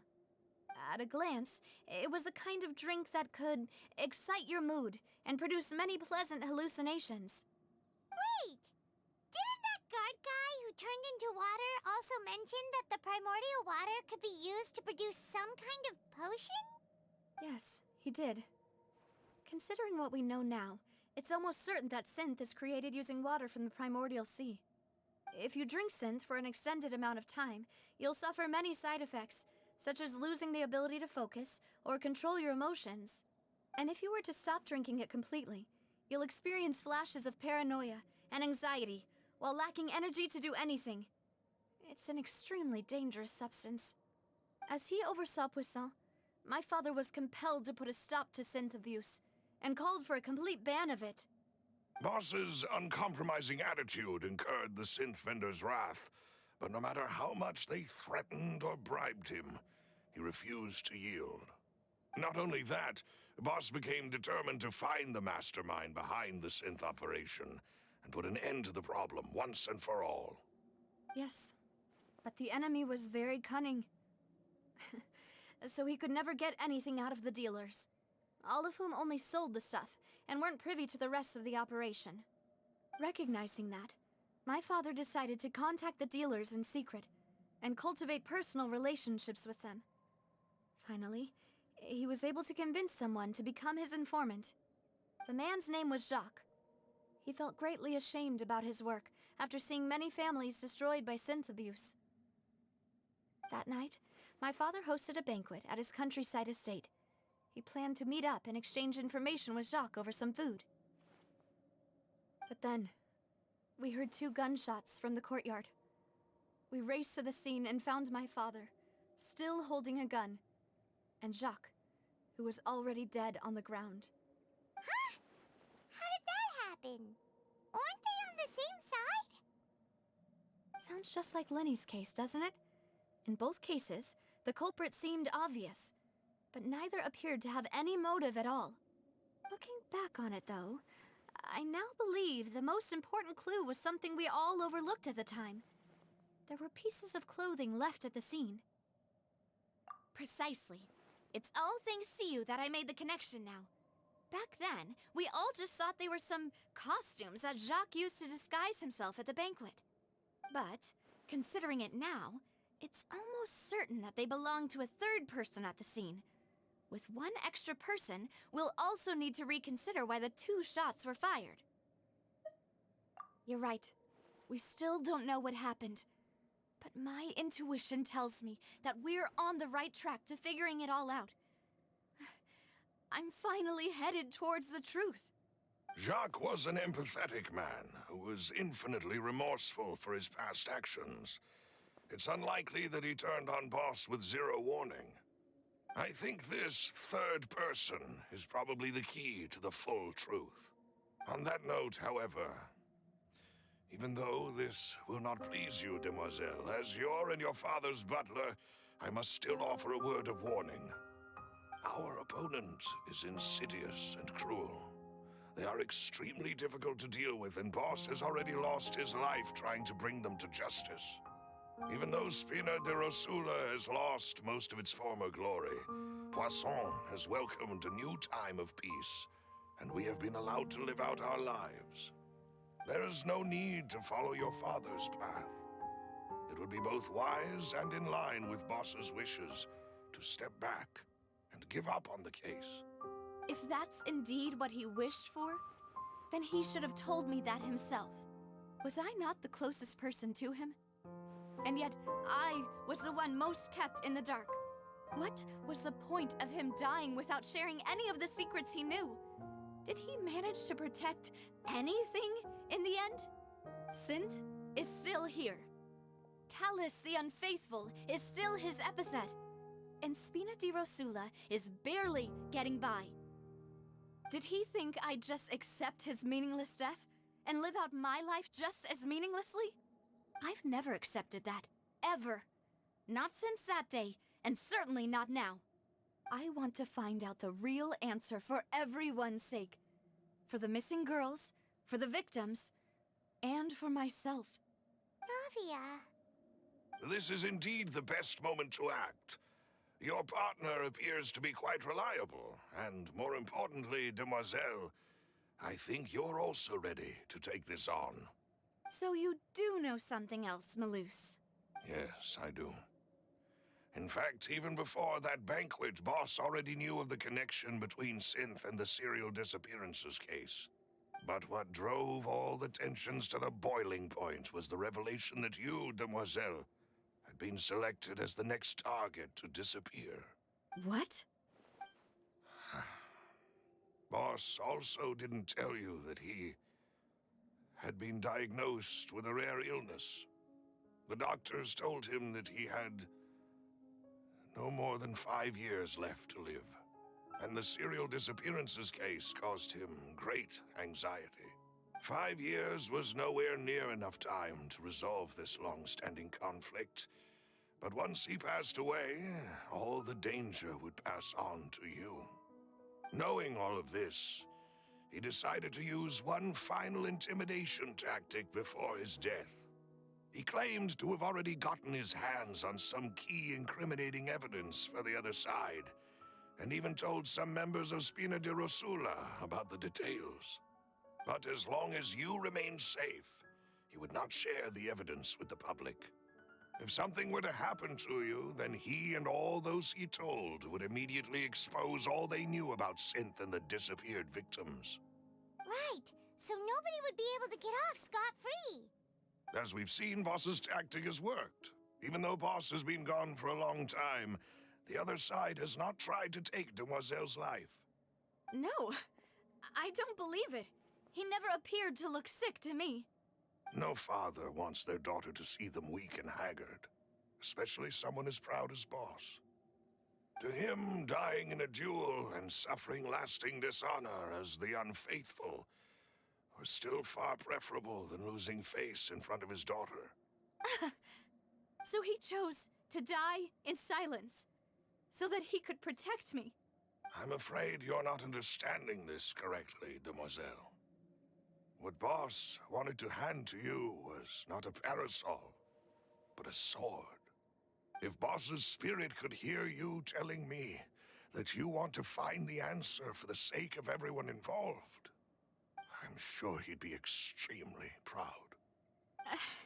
That fool. Couldn't he have just given it to me straight? No.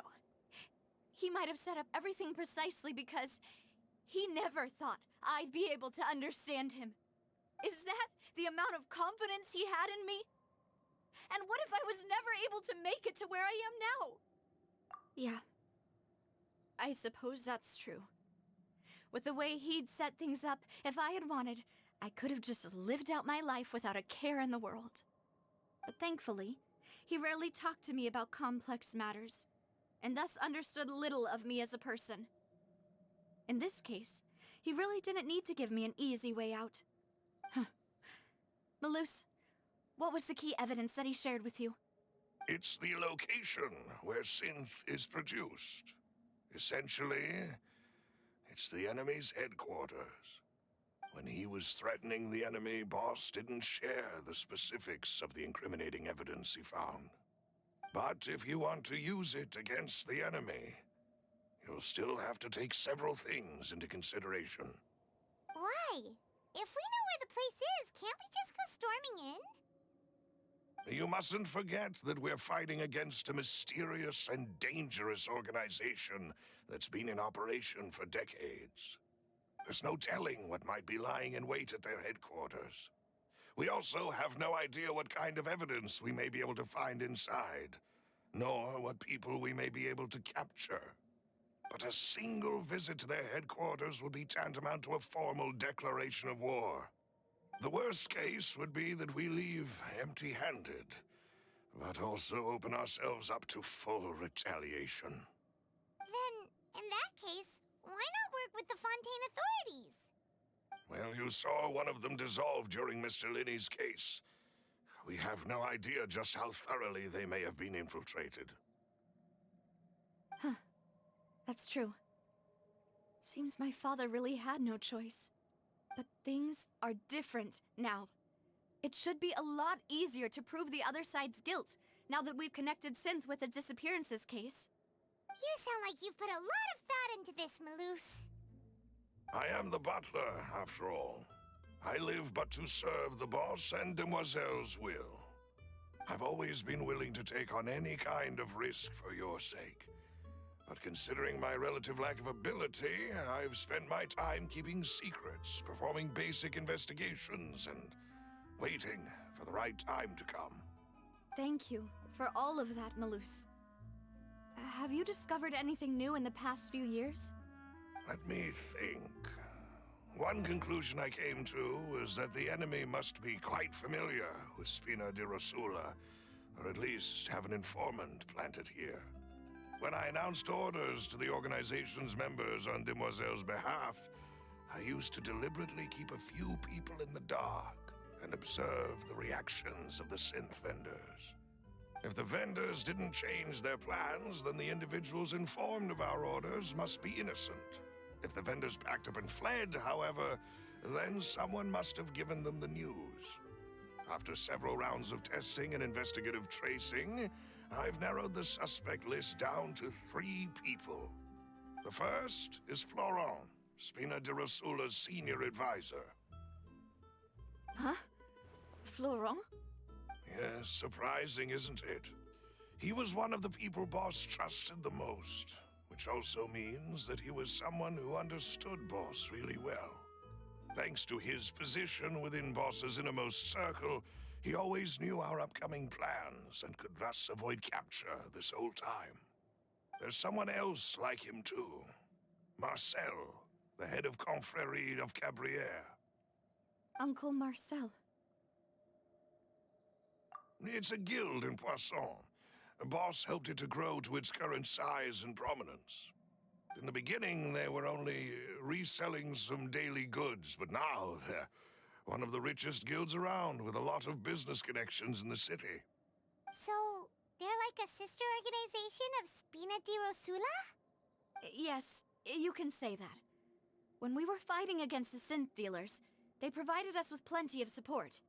It's a bit difficult to imagine someone using their own money to hunt down themselves. The final suspect is Thierry, the man responsible for coordinating information between Spina di Rosula and the guards. Although the guards mostly leave us to our own devices, there are still many activities we have to report to the local authorities. Since Thierry is always in the know about our current activities, he could theoretically always plan one step ahead. I see. These are all people who I communicate with quite regularly. To think that the enemy we've been fighting against has been right next to me all along, among those I trust the most. It's almost too hard to believe. If you want to investigate them, please take every precaution to not alert the quarry. Judging from our experience, the enemy is extremely cautious. Of course. And thank you, Malus. You've provided us with a lot of great information. You're too kind, my lady. I'm just doing my duty. And before I forget, proving Boss's innocence would also mean clearing him of blame in Jacques' death. After that incident, Jacques' wife and daughter were taken into the Spina's care. They still live in Poisson today. If it might help, you could also pay them a visit. I can make the necessary arrangements. Oh, thank you so much, Malus. You really are the best. A new case awaits, my dear partner. I hope we can work together to uncover the truth and end this case once and for all.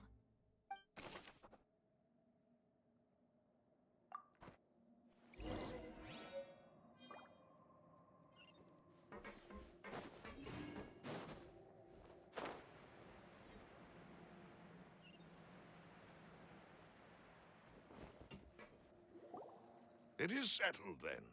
Please excuse me, and enjoy your conversation at your leisure.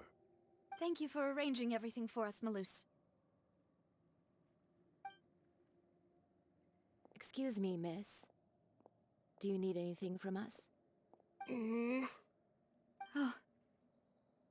Hey, Navia's all quiet. This isn't like her at all. I'm sorry that I only came to visit after all this time. After what happened, I didn't know how I was supposed to face the two of you. Ah, if it's about that, there's no need to apologize.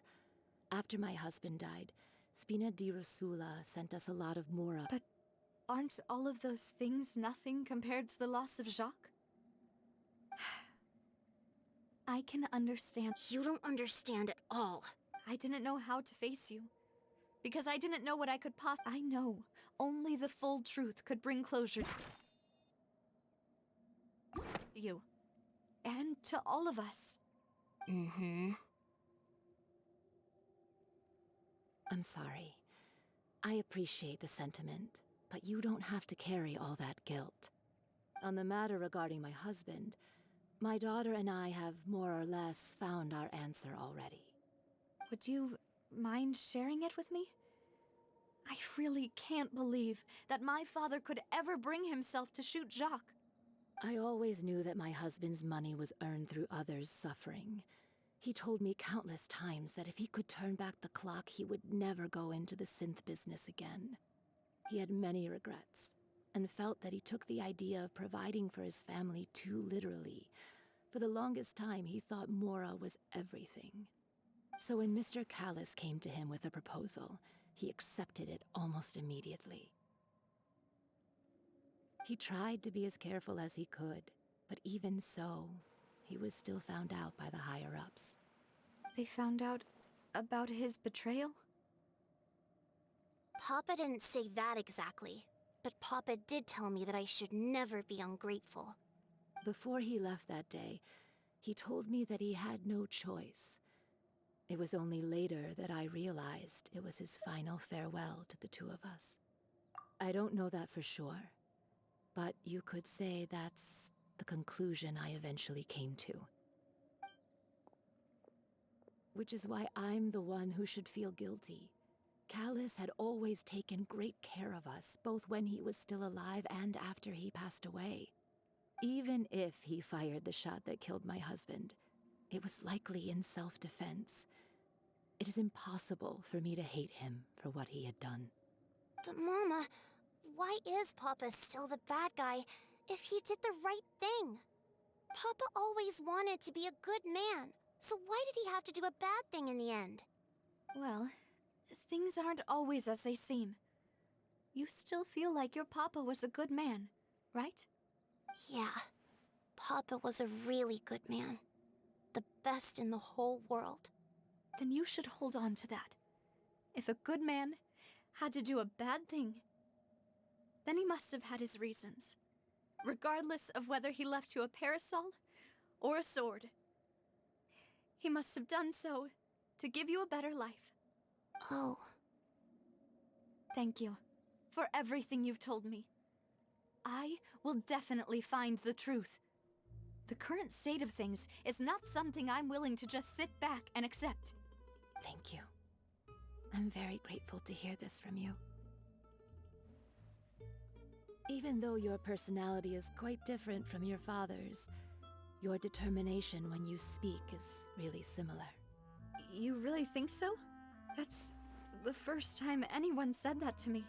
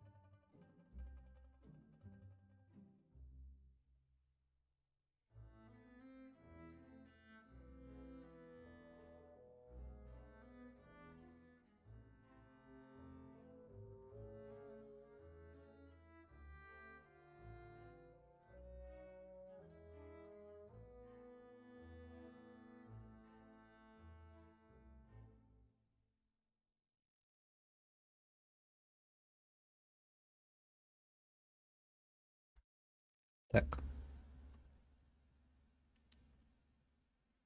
Are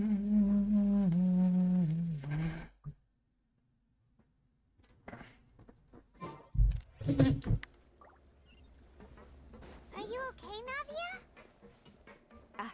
I'm fine. Don't worry. Let's investigate the 3 suspects next. Florence should be nearby, and we should be able to find Thierry and Uncle Marcel in the city. I'll get myself together on the way, so please don't worry.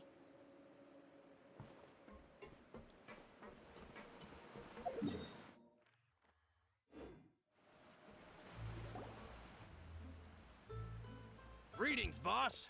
How may I be of assistance today? I'm sure you've heard about what happened at the Opera House? Someone got turned into water right in front of us. Yeah, I've heard. With something that dramatic, I'm sure journalists will milk it for all it's worth. And it'll be all the talk for the next several weeks. It also reminded me, on the day that the incident happened with my father, it was raining outside, and we found some clothes left at the scene. After my partner here put the dots together for me, I feel like we should try to reopen his case. Can you do me a favor and try to recall what happened that night? Let me think. Mr. Callis was feeling pretty upbeat that day. So he was drinking and bantering away with us at the table. After that, he told us that he wanted to go get some fresh air. So we let him go without thinking much of it. Who knew that we would hear 2 gunshots ring out right after? My first reaction was that Mr. Callis's life was in danger. So I grabbed my holster and made a mad dash toward the scene. But when I got there, it was already too late. Mr. Callis was standing over a dead body with a gun in his hands. All we could do was look back and forth at each other, not knowing what to say. So you also remember 2 gunshots then? Indeed. The guard said that the first shot didn't hit anyone, while the second killed Jacques. But I've never really bought that explanation. Reason being, Mr. Callis had left his gun on the table. I even made sure to confirm that before running to the scene. But according to the guards, that doesn't mean he couldn't have had other guns on his person. About the clothes left at the scene that you mentioned, do you think there was a 3rd person there who was turned into water?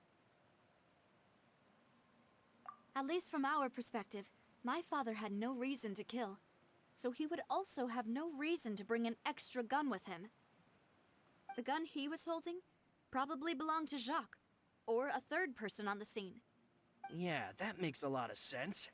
So you're saying Mr. Callis ended up with the gun because he seized it from one of the other guys? But hold on. If that's what had happened, then why didn't he share the truth with any of us? He didn't even want to face the Oratrice machine, and chose instead to prove his honor in a duel. Did he lose all faith in the courts after seeing someone dissolve right in front of his eyes? About that, Malus told me a thing or 2. So, I think I can understand why he committed to the duel. I'll tell you everything once the whole truth has been revealed. I understand. Then, I'll leave Mr. Callis's honor in your hands, boss. And if I may just say one more thing. The whole Callis the Unfaithful epithet has been a thorn in my side since the day it was invented. Many people have laughed at me for still calling him Mr. Callis, even after so many years have passed. But it was Mr. Callis's trust that allowed me to rise through the ranks of Spina di Rosula and live the life I lead today. No matter what others might say, he'll always be the man I respect the most. And he'll always be my boss. Don't worry. I will definitely find the truth. You and all our other comrades at the Spina deserve to know the truth as well.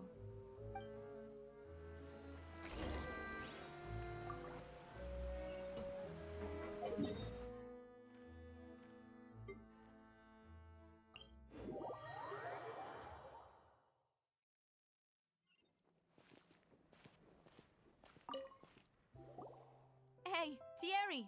it's me. Oh, now, what brings you here, Miss Navia?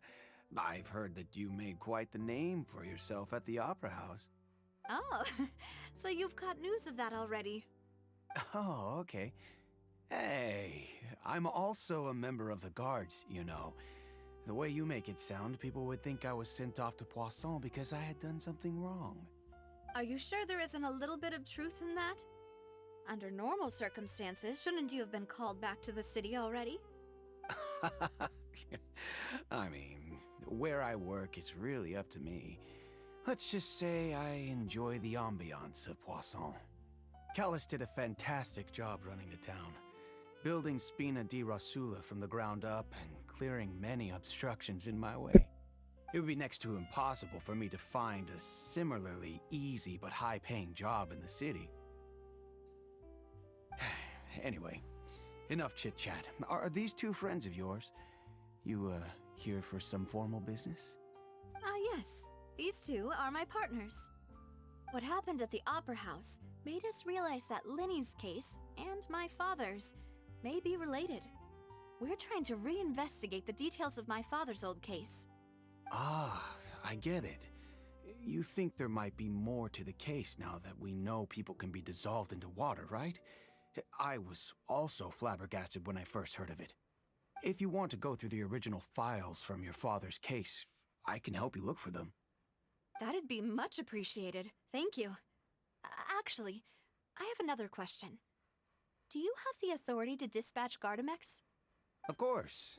Without them, I couldn't possibly handle Poisson on my own. Why do you ask?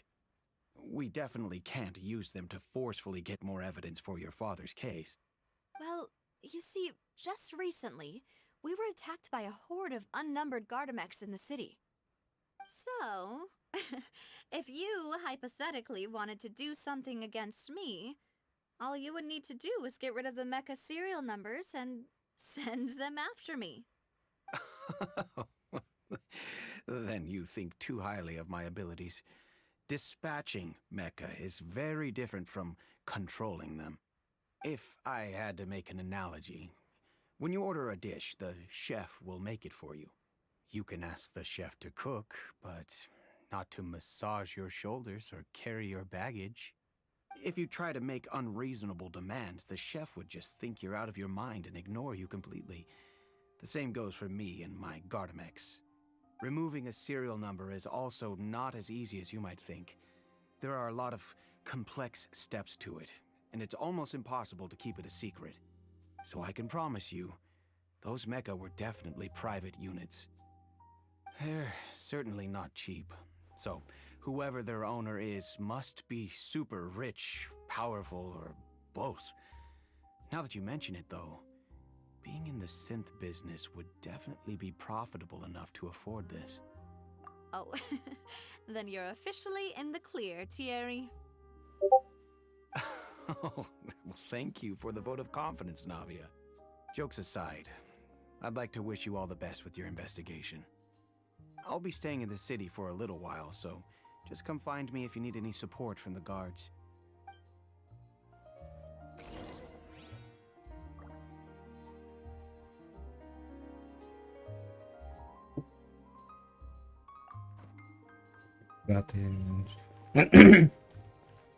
Я не знаю, может быть я ошибусь, но все намеки идут на Тарталью что-то как-то. Может быть, конечно, не то, но, блин. Богатый, вот это все, остальное, бла-бла-бла, ля-ля-ля.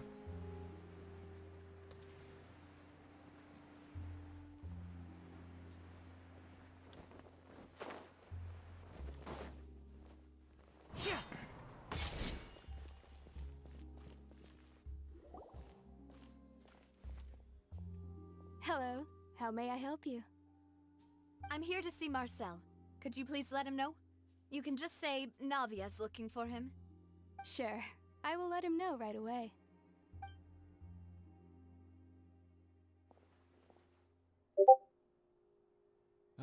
Navia, hello. Sorry to keep you waiting.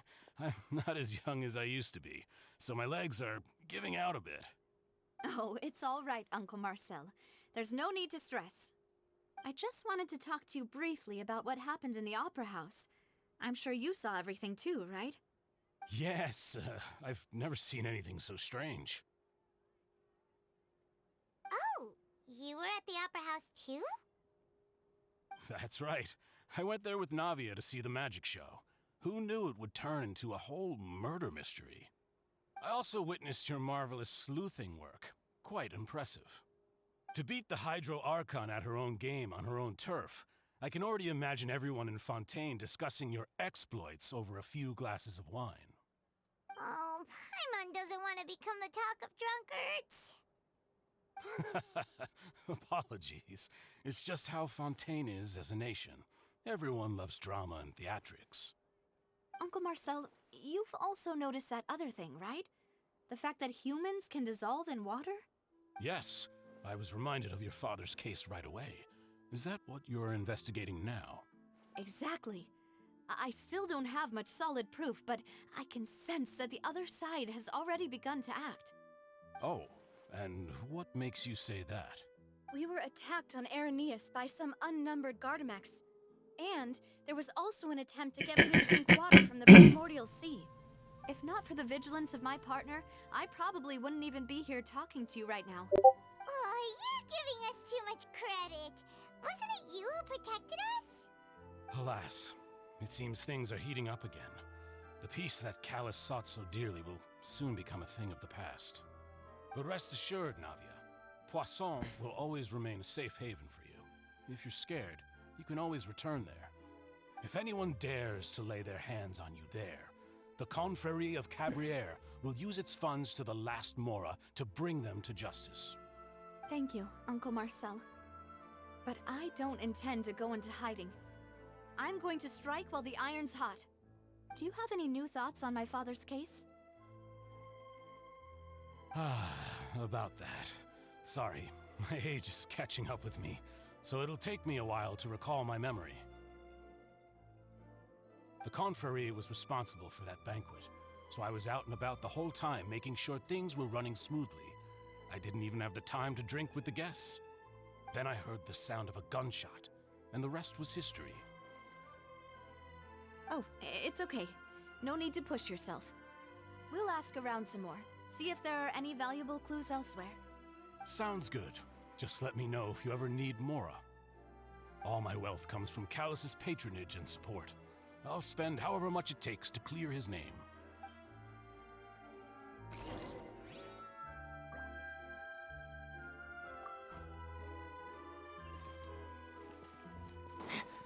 Being skilled at something.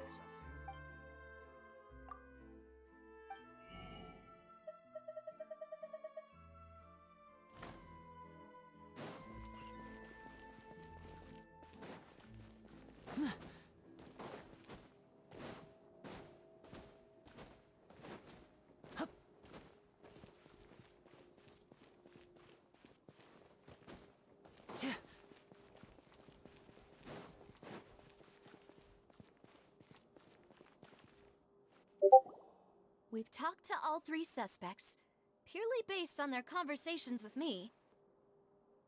None of them sounded particularly suspicious. I suppose that's to be expected, though.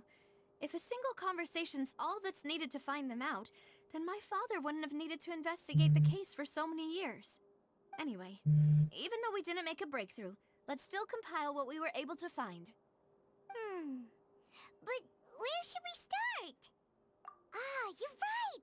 Flora mentioned that Callus probably only ended up with the gun because of circumstance. That makes sense.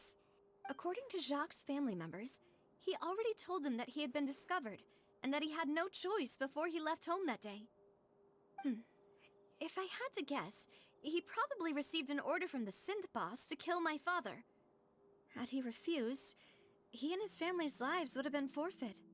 So, Jacques fired the first shot? Oh? And why is that? Ooh, that's a good point. Jacques probably already knew that he was just being used as a tool for murder. And once he had completed his mission, he'd be of no more use to his boss. Huh. So, what would make more sense from his perspective would be to turn his back on the Order and seek protection from my father. Makes sense. But without evidence, that's still just a theory. Besides Jacques, the attack from the Gardamex has been bothering me quite a bit as well. It's obvious that our enemy has become more antsy after the secret of the primordial seawater was revealed. Do you think he knew, even then, that we'd follow this lead to the end? Given everything that's happened since, it's quite possible. But who among the 3 suspects would have the ability to control privately owned Gardamex?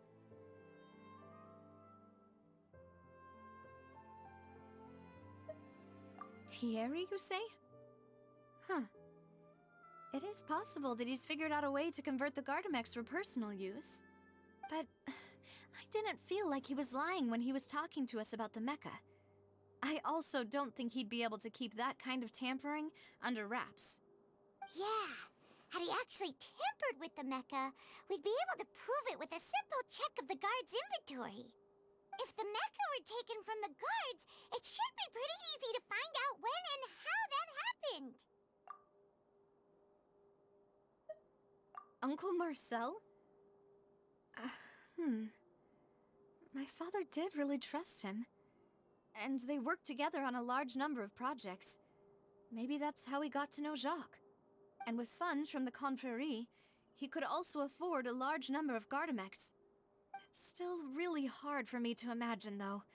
After all, Uncle Marcel has been around since I was just a child. Also, wouldn't this mean he has been spending a whole lot of mora and energy to fight his own synth business? Florent? It is true that he was closest to my father, and thus had the best chance of learning about his dealings with Jacques. But as Spina di Rosula's advisor, his work mostly deals with personnel and security, so he shouldn't have much means when it comes to finances. So you're saying he's too broke to afford a mecha army? Exactly. He can't. And even if he could, I don't think he would be able to dispatch a whole group so quickly. Who could it be?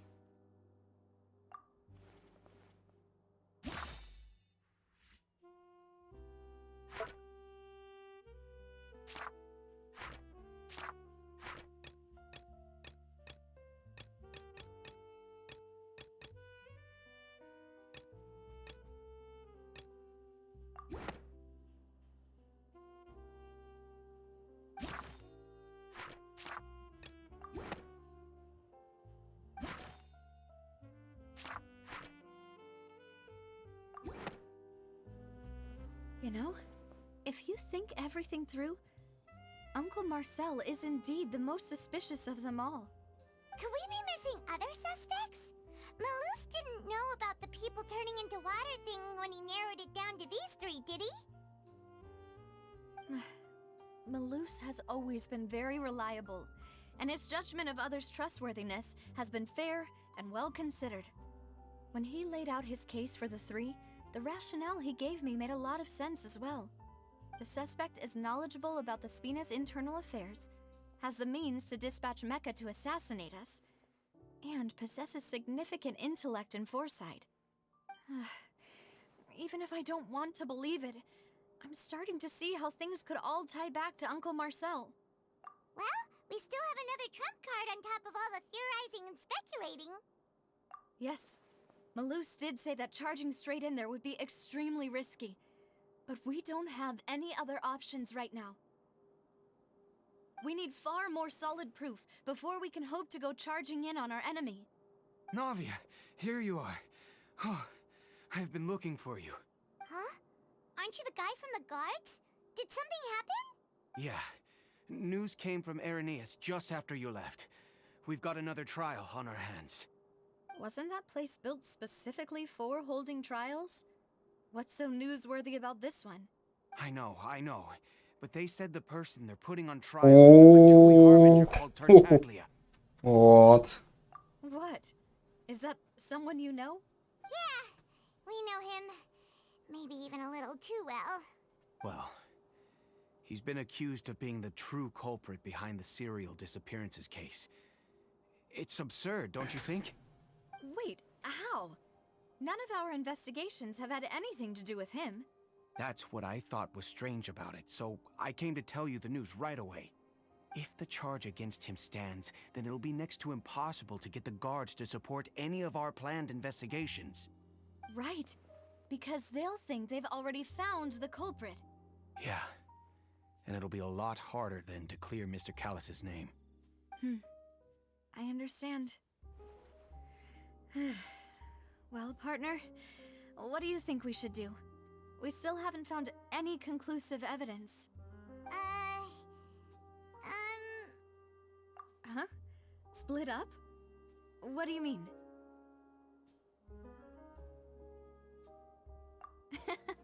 Just as expected of my partner.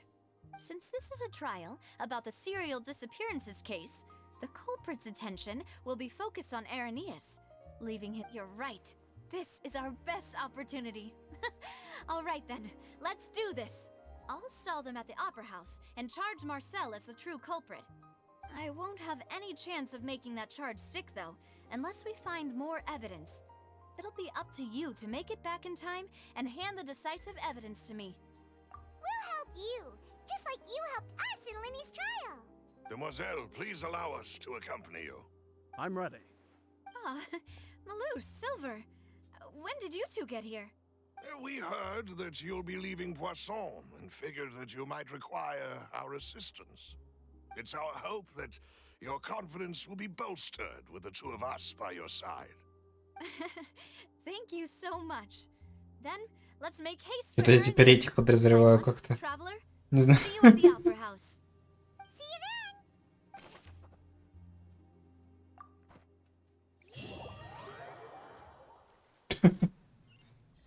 Now that Navia has set out for Irenaeus, we should also get going. The location has already been marked on the map, so let's head over. Huh. According to Malus's info, the synth production base is underwater. Let's go and try to find the entrance.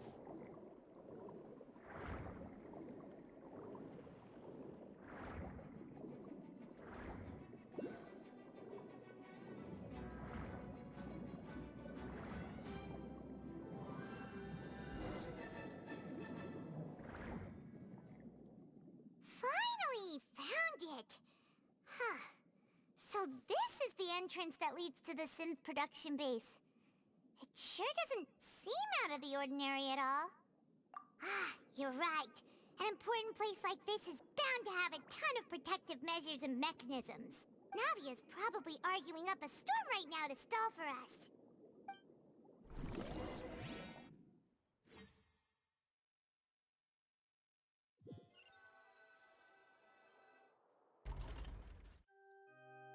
It would appear that I must repeat my question again, Mr. Tartaglia. Do you accept the charge that you are the true culprit behind the serial disappearances case? To be perfectly honest, I don't understand your country's complicated court system, or the reason why I'm being charged with something I've never even heard of. However, I did hear that people who have been charged can choose to participate in a duel to clear their name. Is that right? In which case, as long as I accept the charge, I can have an all-out fight with that champion duelist Clorend, right? I've got to admit, that's one of the most enticing offers I've ever received. When I privately sparred with her last time, she was obviously holding back. Real disappointing. Hey! Don't you understand? You're currently the prime suspect for a major case. This isn't the place for you to be looking for fights. Oh? Sounds like the Hydro Archon wants to lecture me on the ways of the Opera House. Then why don't you duel me too? I'm the kind of student that learns best in the heat of battle. No. That's not what I meant. Alas, it would appear that communication with the defendant is going poorly, and we have made very little progress. In that case, let me explain everything from the very beginning again. The goal of this trial is to determine the culprit behind the serial disappearances case. That case had nothing to do with him! You've got the wrong man! Huh? What's going on? Why is she interjecting again? I told you it couldn't be one of the Fatui harbingers. Miss Navia, this is the second time you've interrupted the court proceedings. I only tolerated your behavior last time because you were able to provide the court with a key eyewitness. But that was an exception rather than standard court protocol. I can very well charge you with contempt of court for your interjections. Oh, please! Did you ever think I had any respect for this place's pointless theatrics? We can put that discussion aside for now. I'm not here to argue with you. I'm here to charge the true culprit behind the serial disappearances case. And if my charges prove true, then Tartaglia here will be proven innocent by default, correct? Oh, a young lady has charged in and offered to clear my name.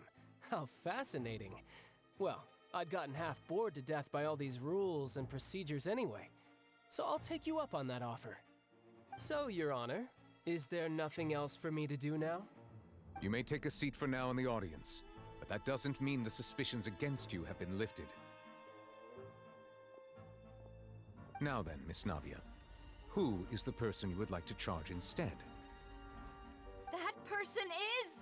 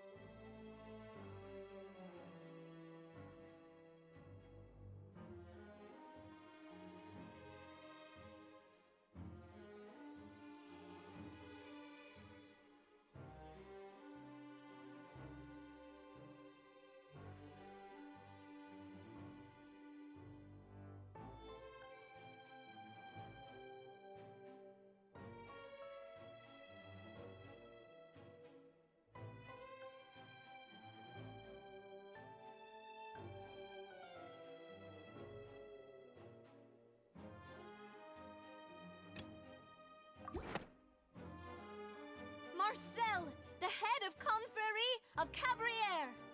Huh? What confrérie? Never heard of them in my life. I've heard of them, but weren't they Spina di Rosula's sister organization? Oh, is this going to be a friends to enemies type situation? Please let me remind you, Miss Navia, that charging someone is an incredibly serious matter. Committing to the charge also means taking on the legal responsibilities associated with it. And if the charge fails, depending on the circumstances, you may also be charged with the crime of making a false accusation. Knowing this, do you still wish to charge this man? Yes, I do. In that case, I declare the charge to be valid. Miss Navia and attorneys, please take your places on the court. Members of the guards, please contact Mr. Marcel right away so that he may stand trial.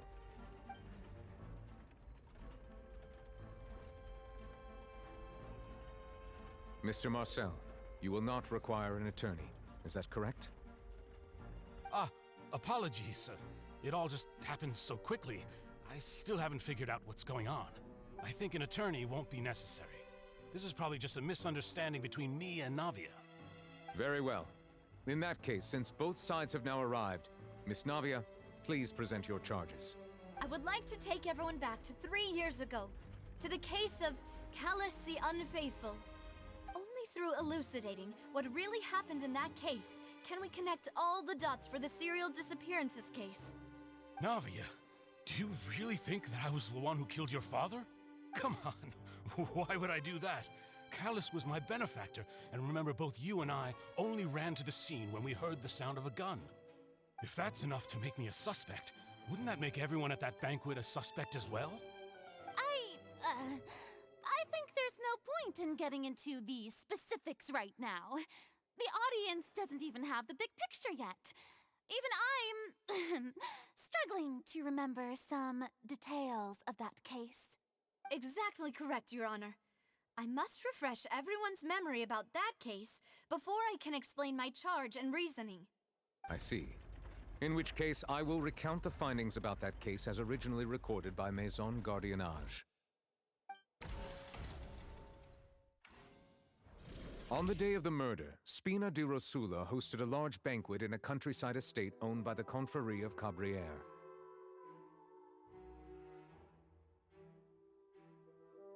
During the banquet, all attending guests heard 2 gunshots from the courtyard. When the guests arrived at the scene, they found the primary suspect, Callus, holding a gun, while his acquaintance, Jacques, lay dead from a gunshot wound. The guards' investigation did not recover any other firearms from the scene. As a result, they concluded that the suspect's first shot must have missed, while the second must have taken Jacques' life. The suspect did not dispute this conclusion, and also declined to defend himself in court. Instead, he chose to prove his innocence through a duel. Callus was defeated by champion duelist Clarand in the ensuing duel, and soon succumbed to the injuries. These are the known facts about the case.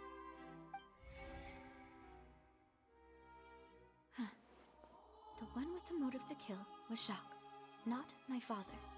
And even so... Oh, Jacques still had no reason to pull the trigger. In truth, the third person shot Jacques first, and was shot in turn by my father when my father seized the gun from him. After that, the true culprit turned the third person into water, erasing all traces of him from the scene. Thank you for the summary, Your Honor. Of course, the guard's conclusion appeared quite sensible to us at the time. However, we should revisit the case now that we've gained new information about the abilities of water from the primordial sea.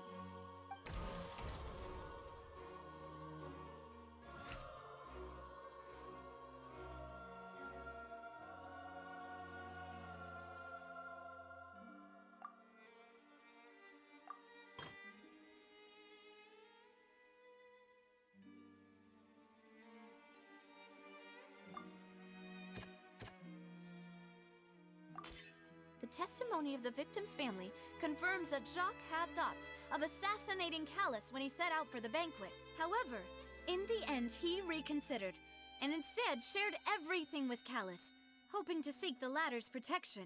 Unfortunately for Jacques, the true culprit had already considered this possibility, and had sent out another assassin.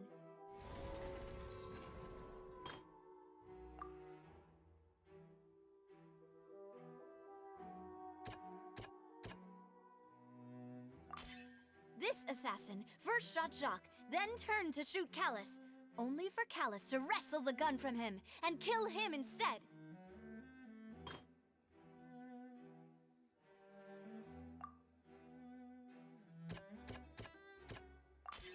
A pile of clothing was found at the scene.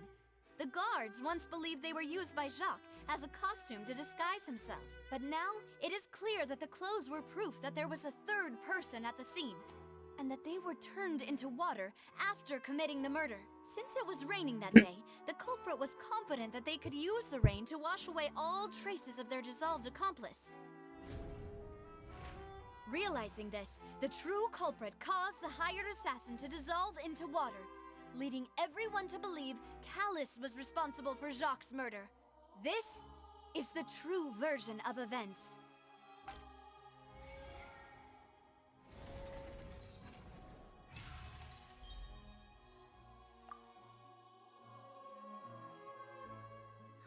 So that's what happened. Wait, you're telling me something as dangerous as water from the primordial sea has been used for all these years? What a great theory. It also explains Callus's and Jacques' respective motives. I guess they didn't shoot each other after all. Mr. Marcel, you are the one being charged with the crime. You should provide a rebuttal if you wish to prove your innocence. Ah, but I think I agree with everything Navia just said. In fact, there was nothing in her speech that directly implicated me. Then, may I ask some questions?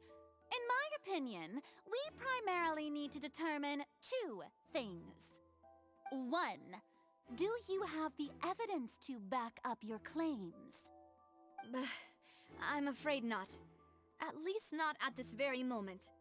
Boo! If you don't have any evidence, you should just go home! I may not have the evidence with me, but I know where I could go to collect it. If we look up the deserted clothes against a record of people who went missing around the same time, we should be able to find a match. Considering the serial disappearances case, the guards probably kept careful records of all missing persons from around that time, regardless of age or gender. That makes sense to me. Monsieur Neuvillette, I would consider this to be a reasonable investigative direction. Why do I feel like Farina's acting a little differently today? Ну, потому что она поняла, что мы все-таки сильнее нее.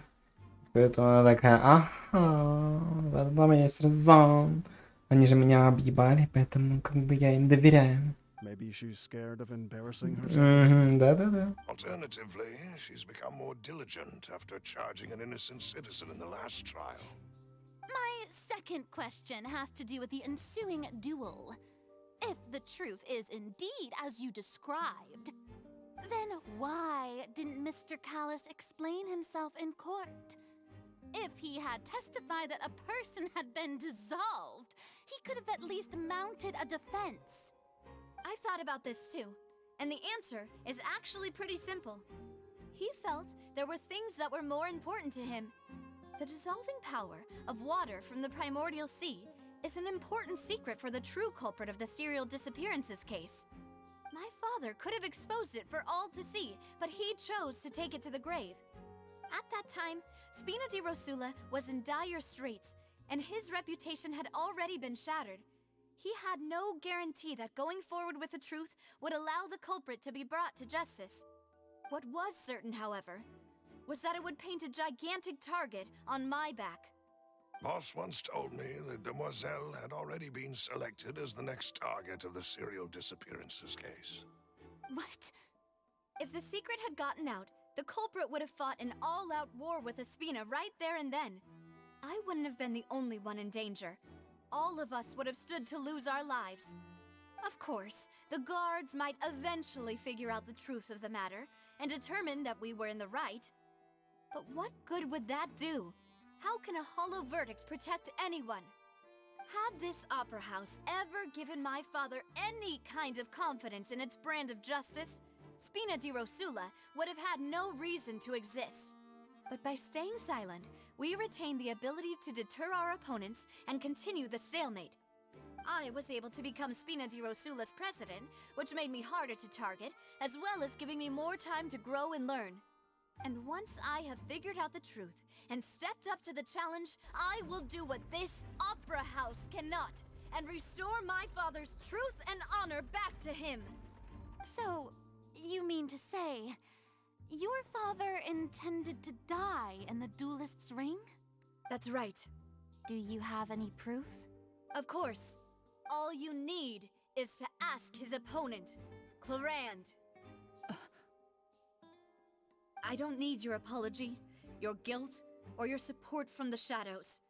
You don't have to do anything for my sake. But since he entrusted his will to you, Clarand, you should tell us the truth about his sacrifice. So, during the duel, did you believe that Callis was intending to die? Yes, I did. As a champion duelist, I've fought many battles and taken a countless number of dishonored lives. In my line of work, I've seen all kinds of people give their all for the faintest hope to continue living. Some were determined, others passionate, and some even manic and twisted. Just one look and I can tell if a duelist is hoping to live or if they're looking to die. I hereby swear on my name and honor as a champion duelist that Mr. Callis never intended to leave the ring alive. Since that's your testimony, I have no more questions. It appears there really are good grounds to reopen this case. I concur. However, Miss Navia, you still have not explained the link between your father's case and the serial disappearances case. Right? What she said was fascinating, but kind of beside the point. Wait, weren't they just talking about the serial disappearances case? Of course, Your Honor. The two cases are connected via a matter of timing. In my father's case, the culprit intended to kill both Jacques and Callus. As a result, they planned to act after hearing 2 gunshots. And, at the end of Linny's trial, the culprit also only dissolved the victim in front of everyone because they realized they were at risk of being identified. The culprit could only time their actions so precisely if they were already at the scene. Coincidentally, Marcel attended both the banquet and the trial. So that's why you suspected me. Even after hearing your reasoning, I still can't help but find it a little preposterous. I'm used to it, though. You've always been an impulsive and sentimental child, Navia. It's one of your most endearing traits. No need to appeal to pathos. I won't try to refute your points one by one, but even if everything you just said was true, can you prove that I was the only person present at both events? On top of that, does a person have to be physically present to control the timing? Can't someone remotely monitor the place? Know what she can say to that. I know that even with that, you might still think you can reduce the list of suspects with some further investigations, until I'm the only one left on the list. Alas, who won't feel at least a little hurt by an accusation of murder from a girl you see as your own daughter? But if I were to dismiss this completely, you'd also think I'm not being considerate of your feelings. Ah well, let Uncle Marcel teach you another lesson. Do you know what the biggest flaw in your reasoning is? I suppose you're gonna tell me anyways. It's timing again. I'm a businessman by trade. From that standpoint, there's no reason for me to kidnap young women. It's a high-risk action with nothing to gain. In addition, I left my home in Snezhnaya when I was young to come to Poisson and work in some trade. My business only thrived when I received Callus's patronage. But the disappearances began before I ever stepped foot in Fontaine. I do apologize, demoiselle. This was my mistake. No, it's not your fault. I'm sure he had come prepared. Is there anything else you'd like to say? Would you like to check the date of my first business license against the first known case of the serial disappearances? You can also take a look at my border entry records, or ask my friends and family when I left Snezhnaya for the first time. Could those records and testimonies do something to appease the unspeakable anguish in your heart? Seems like she got the wrong guy. At this rate, Navia will be convicted for falsely accusing him. I think you've done a superb job of dissecting your father's feelings as he neared the end of his life. But aren't you going against all of his wishes and expectations right now? He wished for you to become more rational, collected, and conscientious, instead of dwelling only on your own feelings. Once you've learned to be more considerate of others' feelings, and to stop rushing headlong into things, you'd have met most of his expectations. This isn't just about me, and it never has been.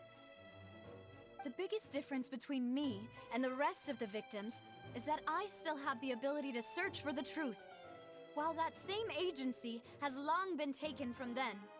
The people whose families were destroyed by synth abuse, the people who lost their loved ones to the serial disappearances, and the people who suffered tragic ends due to their sense of justice. Many people's images are flashing before my eyes. I'm sure some are coming to those of you in the audience as well. And whose image do you see, Marcel? Is it a man named Vacher? Huh. Oh, so you do know that name. I'm merely surprised you'd suddenly say the name of someone I've never even heard of. I was waiting for you to say that.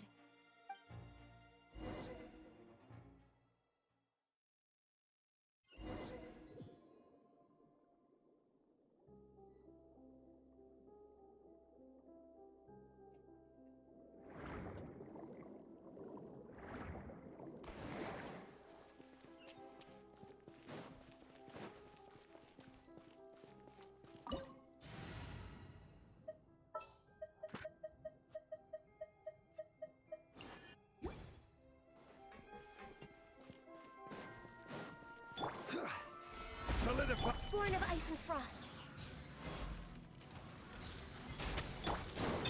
Over here! No touching!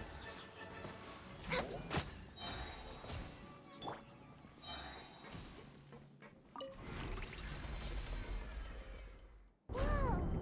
The floor is going up! Is it because of this mechanism in the middle? That guy really prepared a lot of stuff for this place.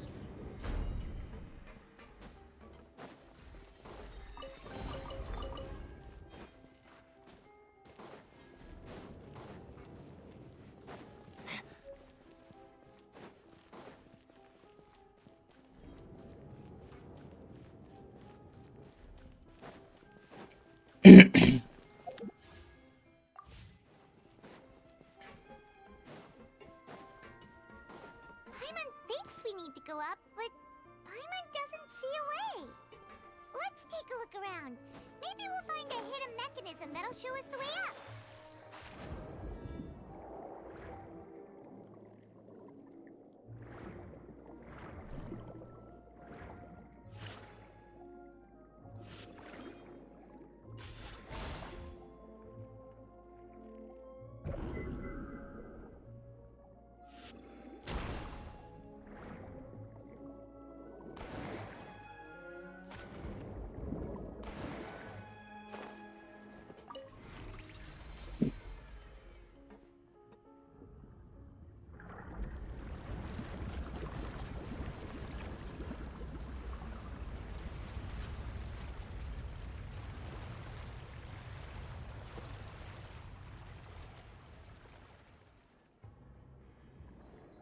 The water level is rising.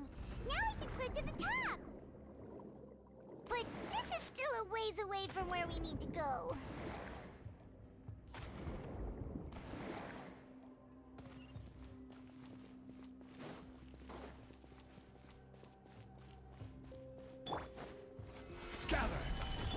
Access denied. Now disappear! Surprise!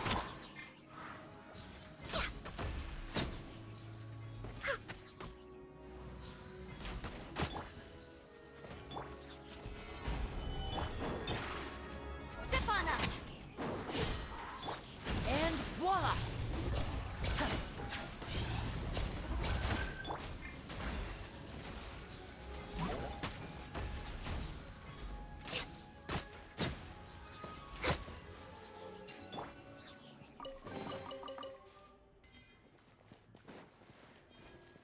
Step right up.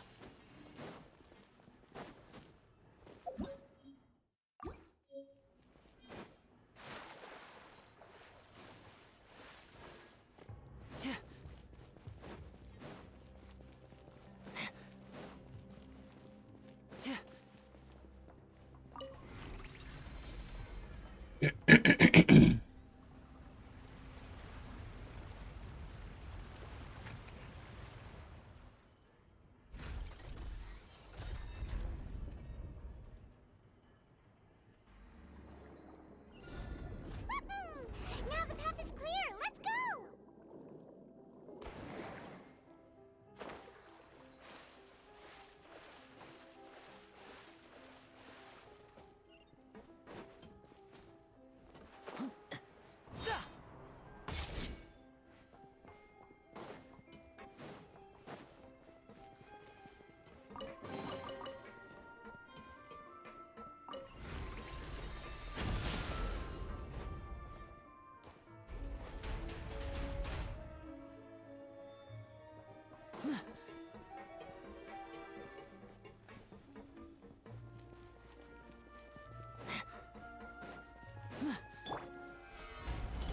Born of ice and frost. And voila!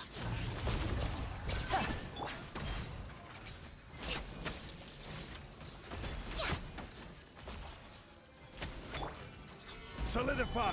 Surprise! Over here! Access denied.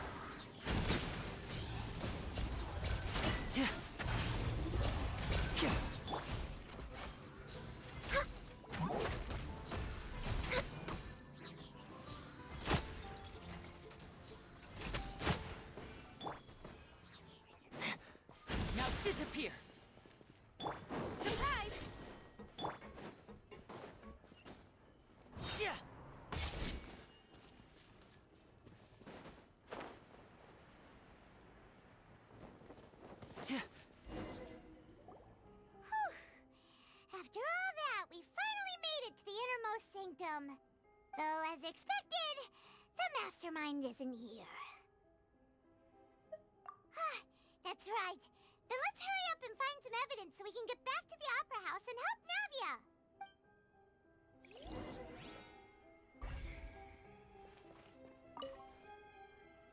What's all this? It's a bunch of really cute things. Pink accessories, a hair tie, a necklace, even a makeup box. Oh, Paimon sees it too, but why are all these cute things labeled with different girls' names? Huh? You mean the girls from the serial disappearances? They were brought here? And then they were turned into water. And all the boxes of things. These names. That means... Oh, this is terrible.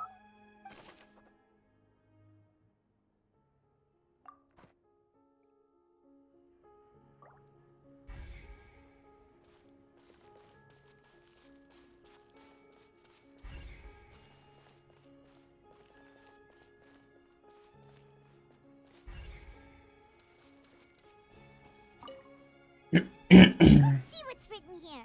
Nothing escapes Detective Paimon's eyes. Callus. Navia's father. Oh, this seems to be an investigation report on him. Yep. It's about finding someone to assassinate Jacques and Callus because of a lack of confidence that Jacques himself would go through with it. This should prove the existence of the third person, right? We still have not determined the exact content of the key information Callus has passed on to certain members of his organization. The old dog's a real menace to deal with. Even if he abides by the promise he's made to us, he will still have the upper hand. He can act whenever he wants to make our lives miserable. The only option left is to remove him from the picture entirely.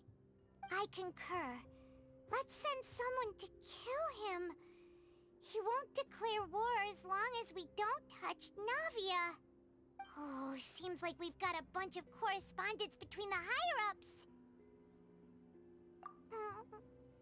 They're all just so evil.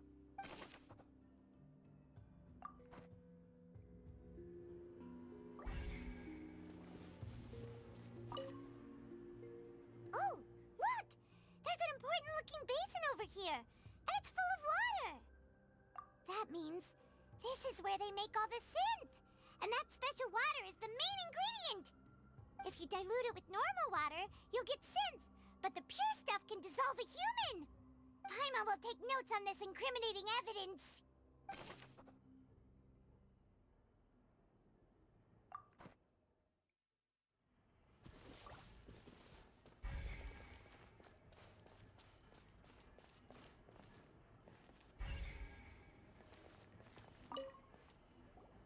Whoa!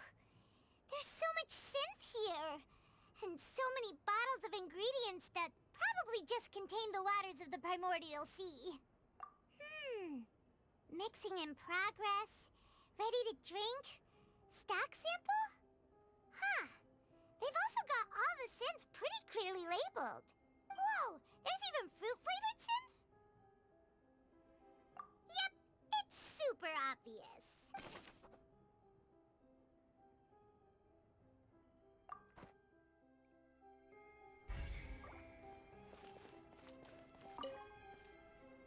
What's this over here? Looks like some kind of place for research. Experiment number 16 aims to verify Jacob Ingold's research conclusions on the primordial sea and use his theory as a foundation to achieve a breakthrough. The experiment was a failure. No individual managed to resurface from the water from the primordial sea. Они еще пытались возродить их. Specimens 22, 23, and 24 were dissolved. Sorry, Traveler. Paimon will try her best. It's just that Paimon's never read something so scary before. How can someone write something that terrible in such a matter-of-fact tone? You read with the rest. Paimon's too scared to keep going. So that's why he did all of these experiments. Wait, did he really think he'd be able to find a way just by dissolving people over and over? That's just insane! Huh? Isn't that the name you heard by the fountain? Paimon thought he was an eyewitness in the serial disappearances case. You mean Vache is the one who did all of these... experiments? So that's it! Vache was no victim, but personally took his lover and... No, that's not it either! If that's the case, why would he want people to resurface from the water? In any case, Paimon will write it all down.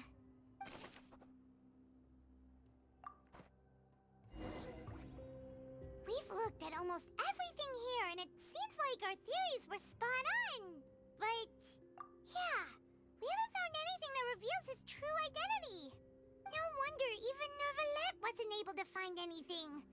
Whoever it is probably destroyed everything to do with that name a long time ago. That way, even if we bring all this back to the opera, we won't be able to identify the true culprit. Sure thing. Paimon won't admit defeat to this guy either.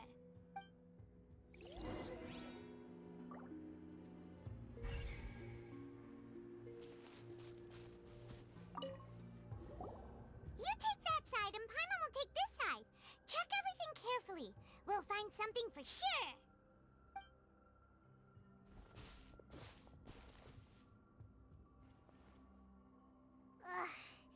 Nothing at all.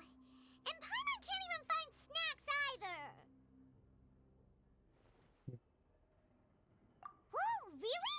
Let Paimon see. Vinier. Isn't that Vache's lover's name? Then you found her diary. Let's see. Aw, it's just a normal diary chronicling their love story.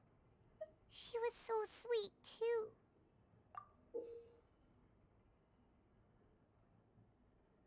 So many! A whole page's worth! But they're all crossed out. Was she unhappy with all of them? The final name she decided on was... Marcel. Wait, but Marcel's pretty old. Has this case been going on for so long that he's Vache and Vinier's grown son?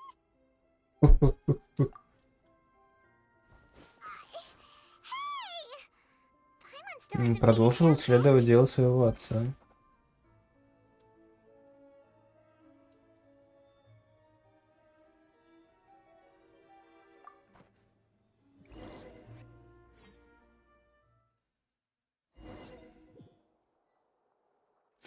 And whose image do you see, Marcel?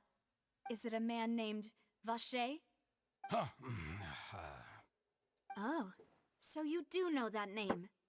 I'm merely surprised you'd suddenly say the name of someone I've never even heard of. I was waiting for you to say that. Navia! We're back! As expected of my partner. I just knew you'd return in the nick of time. Just how often do you intend to flout the rules of this court? It's all right, Monsieur Neuvillette. Given their confidence, I expect they've found the crucial evidence.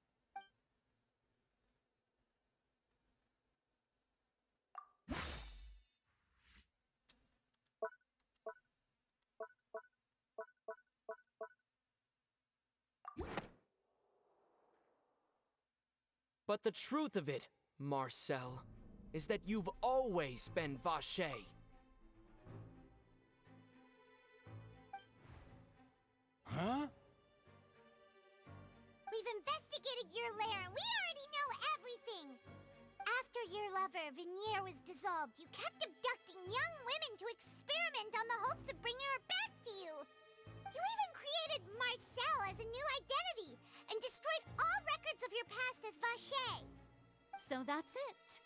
Even the villains in opera performances rarely go that far. And with Ba-dum, that, ba-dum, bum. Marcel's motive has now been established. This information regarding your past also dismantles your prior timing defense. Well, Marcel, do you know where you went wrong?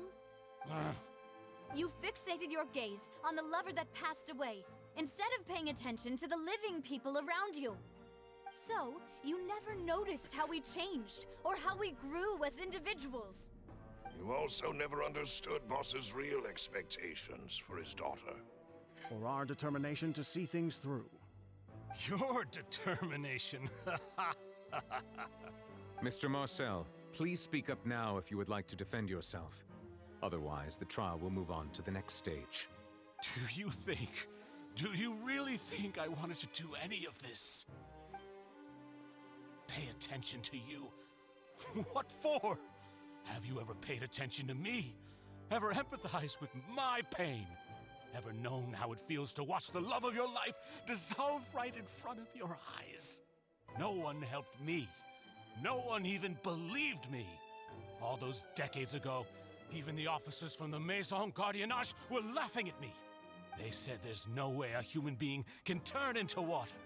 So I must have gone mad from grief. Vignier's death was brushed away by all of you as if it didn't matter at all. Well, now you know, don't you? Ha! Well, it's too late now. All those who were dissolved are gone forever. You only have yourselves to blame. You set up this ornate opera house in pursuit of your so-called justice, your beloved drama, while turning a blind eye to the suffering of the people. Vignier is dead. We promised each other that we would always be together.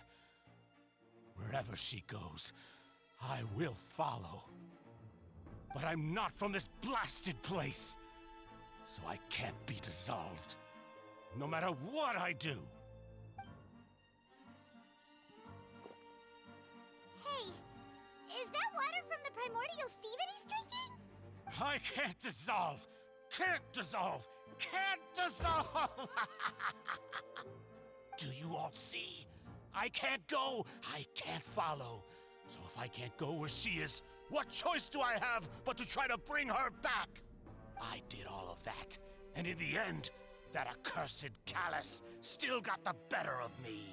I spent my entire life living on pins and needles, only to get stabbed by his idiot daughter at the very end. The suspect is exhibiting signs of mental distress. Guards, please restrain him. Don't touch me! Don't anybody come near me! I still need to save Vignier. A promise. We made a promise. Vignier, please, Vignier. Don't think badly of me. All I want to do is fulfill our promise. At this point, the verdict of this trial is clear. With Mr. Marcel's conviction, the charges against Mr. Tartaglia no longer have any basis. Fine by me. I was in a bad mood, but after a show like that, I'm actually feeling pretty good. Traveler, please submit all the evidence you have collected to the guards, so that I might review and summarize the truth behind the serial disappearances case. The man now known as Marcel was originally named Vacher and worked as an adventurer with his partner and lover Vignier. During an underwater expedition, Vignier accidentally came into contact with water from the primordial sea and was dissolved in front of Vacher as a result. Vacher learned of the primordial water's existence through the work of others and began to kidnap young women for research, with the goal of discovering a method to restore Vignier back to life. To cover his tracks, he invented the new alias of Marcel and began to operate a business in Poisson. During the course of his research, Vacher discovered that a diluted concoction of water from the primordial sea can induce feelings of euphoria and began to manufacture and market synth. However, as he accumulated wealth to fund his continued research and expanded the scope, he came into conflict with Spina di Rosula. After exchanging blows with Spina di Rosula for many years, Vacher decided to assassinate their president Callus at a banquet. Although the assassination did not go as Vacher expected, he was able to turn Callus into the murder suspect by dissolving the assassin he sent to the scene. And just recently, Vacher attempted to frame Linny as the culprit of the serial disappearances case, using a similar method. However, his attempt to frame Linny failed, and the power of water from the primordial sea became public knowledge. This case also exposed enough of Vacher's machinations that he was eventually successfully charged in court. Thus concludes the enigmatic history of the serial disappearances case, with the truth revealed to all. The Oratrice will now deliver the final verdict regarding the charges against Mr. Vacher.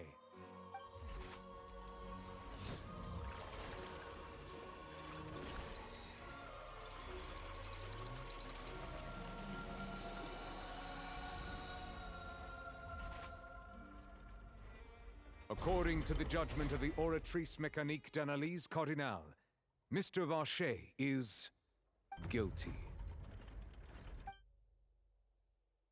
Guards! Take Vacher away. Good. It's what he deserves. With that, the serial disappearances case is over now. We really just witnessed history. Who would have thought the true culprit would be such a polite and well-spoken guy? Yippee! We helped Navia bring the bad guy to justice! He's hurt so many innocent people and now he's finally getting what he deserves. Huh? Are you okay? Demoiselle, you were absolutely brilliant. The day our late boss had always hoped for has finally come. You can rest easy now, knowing justice has been served. Yeah. It's finally over. It's all thanks to you guys. And my partner. See, Papa? Spina di Rosula's still doing well with me at the helm. Well now, hasn't this been a most delicious piece of drama? The villain has been caught, justice has been served, past wrongs have been righted, and it's a big ol' happy ending. Since it's been such a great show, I'll just let the false accusations against me slide. Either way, I've still got some business to attend to, so if you'll excuse me... Please wait just one moment, Mr. Tartaglia. What now? None of this has anything to do with me. According to court protocol, since this trial was initiated due to a charge against you, a verdict must also be made regarding the initial charge before the trial can conclude. Oh, come on. Is this really necessary? Haven't you already caught the real criminal? Isn't it time for side characters like me to exit stage left? Please respect the laws of Fontaine. This has always been the rule. All right, but this sure is a lot of hassle. All I need to do is stand over there, right? Let's just get this over with. Through evidence presented in the public trial that was just held, it has been established that Mr. Tartaglia has no direct connection to the serial disappearances case. The guilty party has been identified, and thus it is logical to suppose Mr. Tartaglia is innocent of the charges. We now turn to the Oratrice Mécanique d'Analyse Cardinale to render the final verdict on the charges. According to the judgment of the Oratrice Mécanique d'Analyse Cardinale, Mr. Tartaglia is guilty. What? Hey! That's not funny! Didn't you just say I'm supposed to be innocent? What's with this verdict? Is your justice machine malfunctioning? Huh? This has never happened before. The Oratrice actually returned a different verdict from the Chief Justice. I mean, have you ever heard of an innocent Fatui Harbinger? Do you think the Oratrice might have just convicted him on general principle? But weren't the charges about the serial disappearances case? No matter what else he's guilty of, it shouldn't affect the verdict in this case, right? The judgment of the Oratrice Mécanique d'Analyse Cardinale is, by law, the final verdict of the court. We must accept the guilty verdict. Guards, please take the suspect into custody per court protocol. О, сейчас он тут начнет, да? У него же глаз порчи еще есть ведь. О. So this is how justice is done in Fontaine. What a joke. You've got your rules.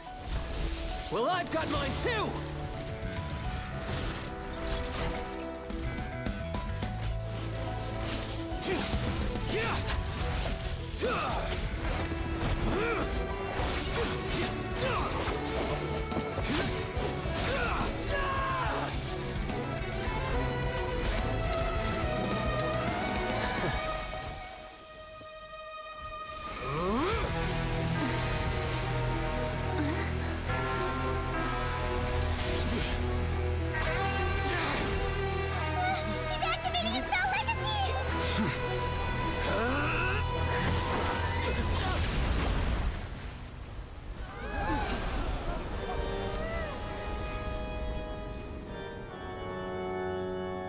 I am sorry.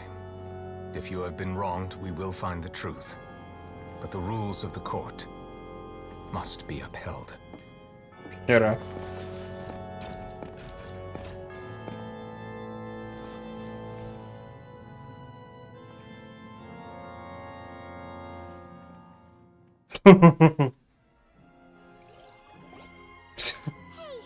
Monsieur Novelette, what's going on? Shouldn't they have been cleared already? Apologies. This is also the first time I've encountered such a situation. However, according to the rules established at the conception of Fontaine's court system, the Oratrice's judgment is the final verdict of the court. All I do is follow court procedure. As for why the Oratrice arrived at the conclusion it did, you should probably ask someone more knowledgeable than me. Why are you looking at me?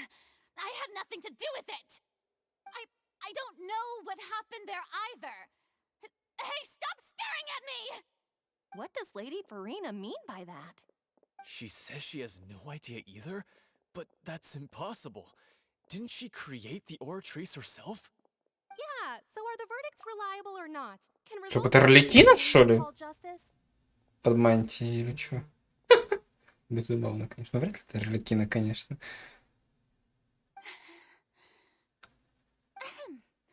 My dearest citizens, did you really think we'd allow an incorrect verdict to be handed out in this court?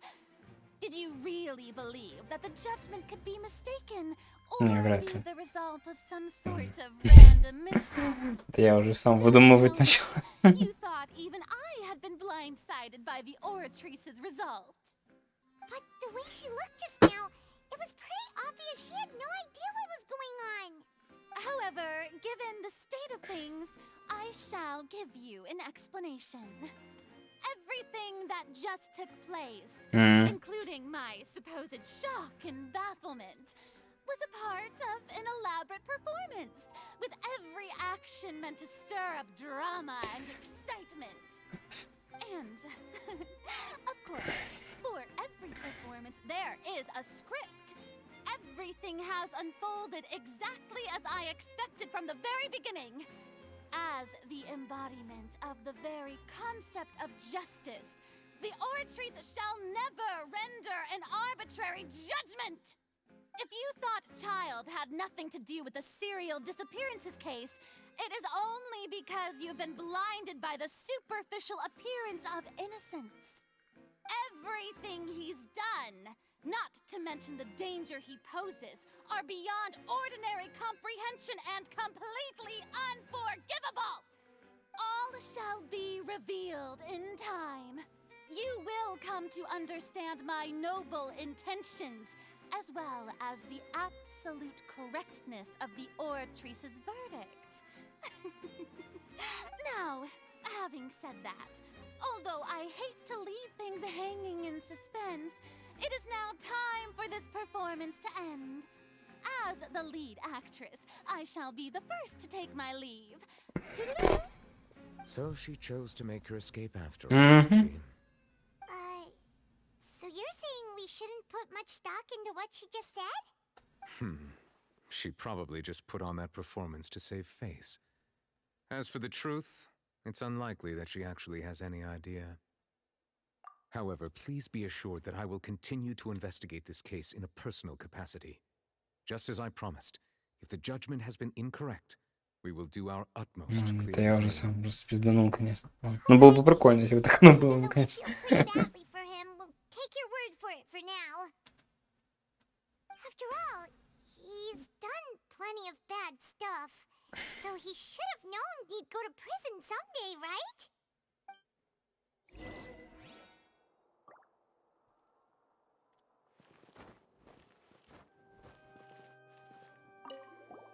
Oh, Monsieur Nervalette! That power you showed when you took him down. Who are you really? I'm the Chief Justice of Fontaine, of course. If officers of the law lack the strength and capability to enforce it, then it makes a mockery of justice.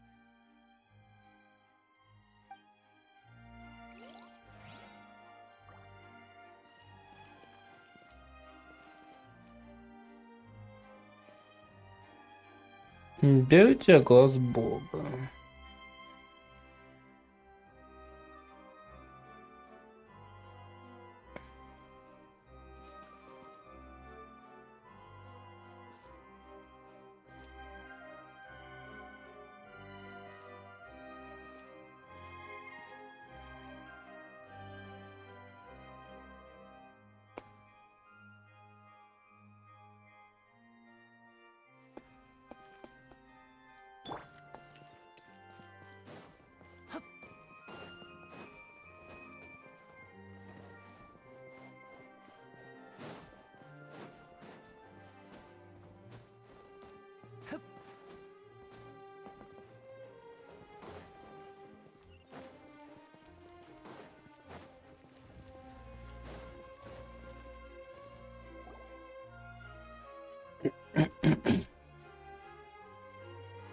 Hey, what are you doing? Quick, stop him! Traveler! Hey! Traveler! Marcel! What are you doing over here? Stop resisting arrest! Cease, or we'll add another charge to the list. No, wait! I just want to ask the Traveler something. I'm not looking to run away. Please, just let me ask this one small thing. Go on. Thank you. I was being led away when I finally realized something. Where did you first hear the name Vacher? I erased all records of that name. So, unless... Are you still trying to prove your innocence? Give it up. You've already been convicted. Really? You did? You're sure? You met her? But how could that be? How did you manage to do it? The Fountain of Lucine? Then she's been so close to me all along. And I just never... Please give me a chance to talk to her again. Just let the Traveler take me to the fountain to see her one last time. This is the last request I'll ever make in my life.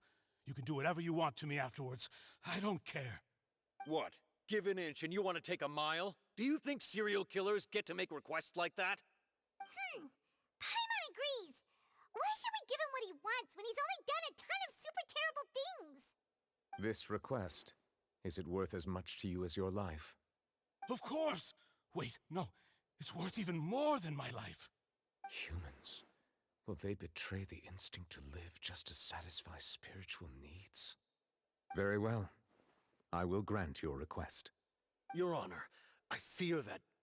I will go with him. You do not need to worry about any escape. Escape. In that case, I shall leave him in your most capable hands, Chief Justice. Thank you, Your Honor. Ваша честь, блин. Да.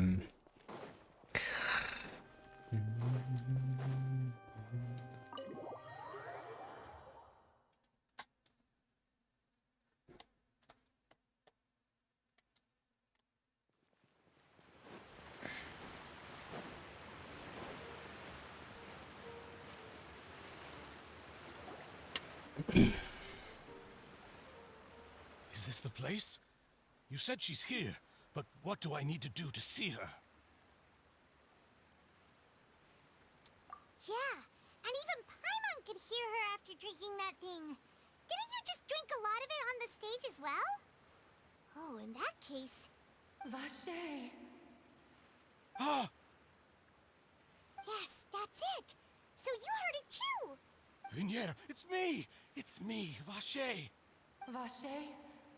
Vache? I'm here! I'm here! Where are you, Vinier? I'm coming for you.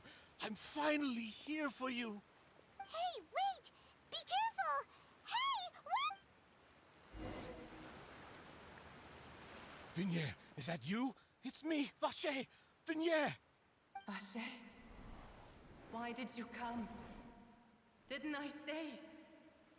You don't need to look for me. You look a lot older than I remember. How long has it been? It's been more than 20 years. I've suffered for over 20 years since the day you left. All this time, only the thought of bringing you back has kept me alive. Nothing else mattered to me. I must be dreaming. Who would have thought I'd get the chance to tell you all of my feelings like this? Vinier, you are my everything. I really don't know how I could live without you. But Vache, if you ask me, this world would be better off without you. What are you saying? If not for you, I would have finished my law degree and probably become a top-tier attorney one day. If not for you, I would have continued to pursue my love of the arts, and my works would have been displayed in the Palais Mermonia itself. If not for you, I would at least have been able to take care of my mother. And she would not have grown old and died alone. It's all because of your selfishness, Vache. It's all because of you. You... Wait, you are not Vinier. Who are you? You're right. I am not Vinier. I am the sacrifices. Every woman who died by your hand, as our bodies dissolved, our consciousnesses flowed back to the primordial sea. Our thoughts circulated endlessly within the primordial sea, and we were no longer individuals. I'm Cressy. I'm Lemony. I'm Azine. The only one I am not is Vinier. Why? But then, where is Vinier? She doesn't want to see you anymore. Every tendril of her consciousness is avoiding you. This is what you get for your selfishness. Your selfishness robbed us of our lives and our futures. You said time and time again that you'd do any and everything for her. But did you ever consider whether she'd want to see you do the things that you did? If she would despise you for what you became? You are a liar, a heartless murderer, and a cowardly narcissist. The only thing you are not is Vinier's beloved. From the moment your first victim died and her consciousness merged with Vinier's, she has had nothing but pure hatred for you.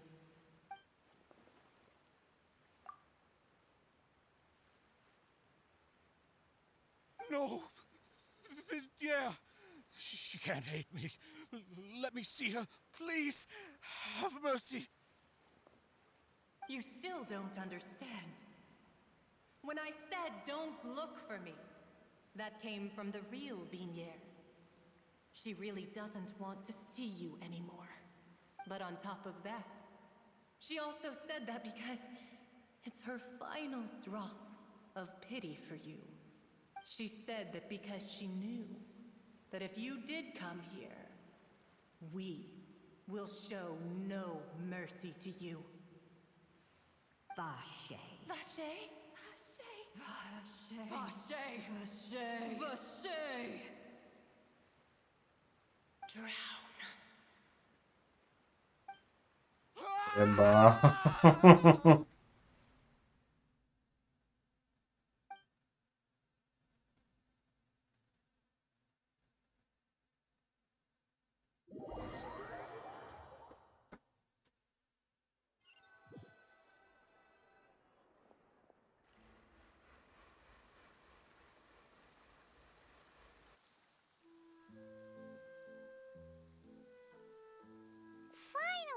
some time to do shopping. Gosh, it's really been a long time since we've been able to relax. Well met, partner. I knew something great was going to happen when I woke up in such a good mood today.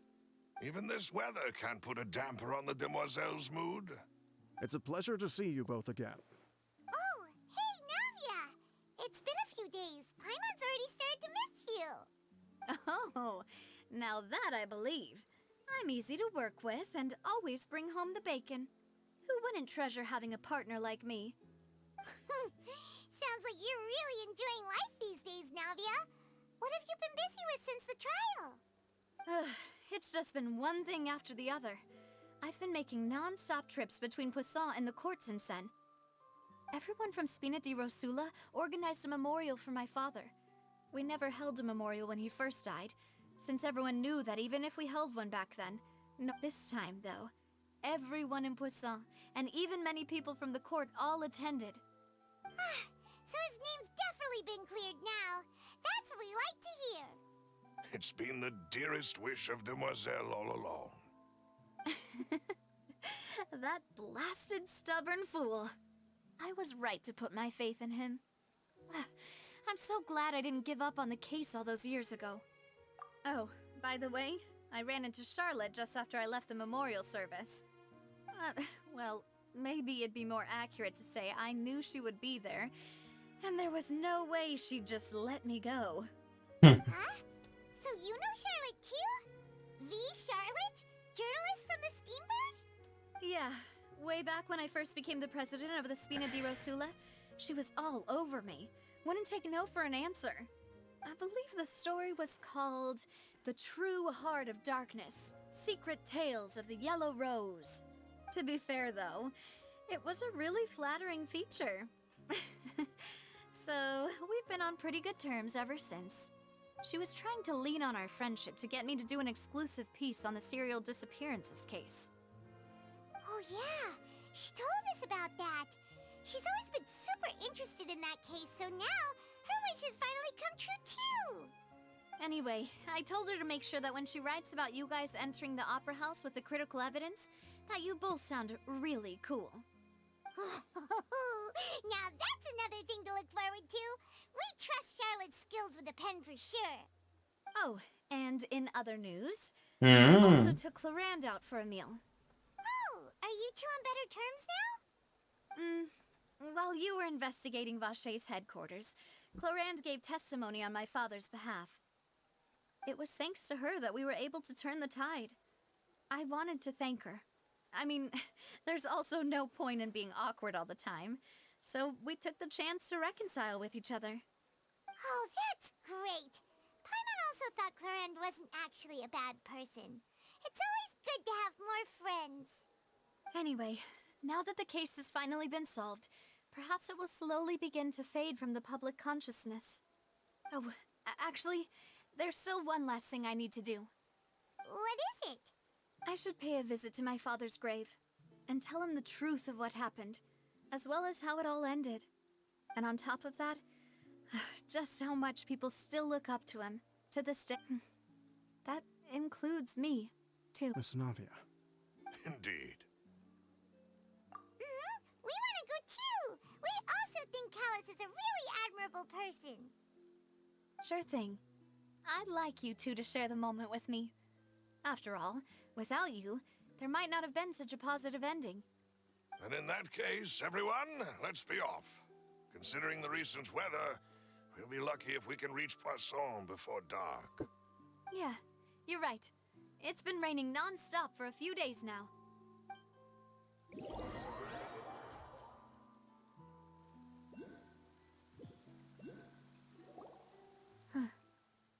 This is where my father's grave is.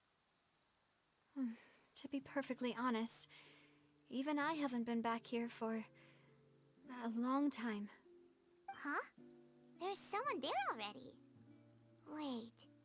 That figure. Клардис этот, да? Isn't that Nervalette? А, серьезно? Не видел. Justice be here? Huh? Navia?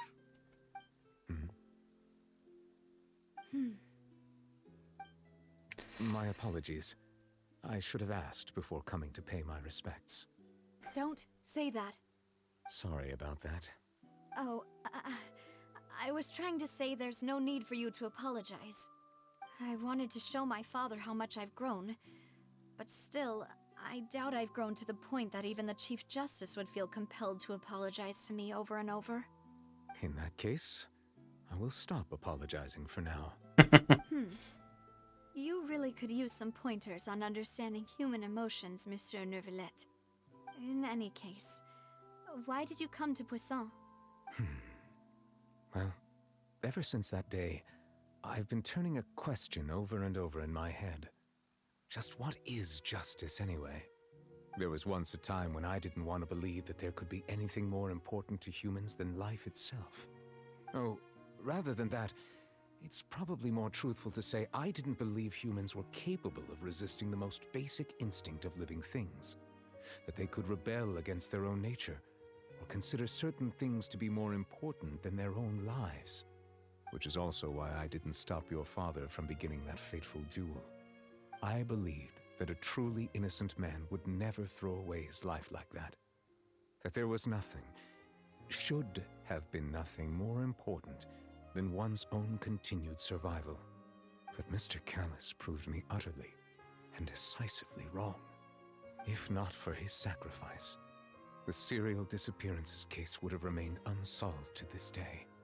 Mr. Callis made the choice he did for his daughter, for his associates, and for many people completely unrelated to him.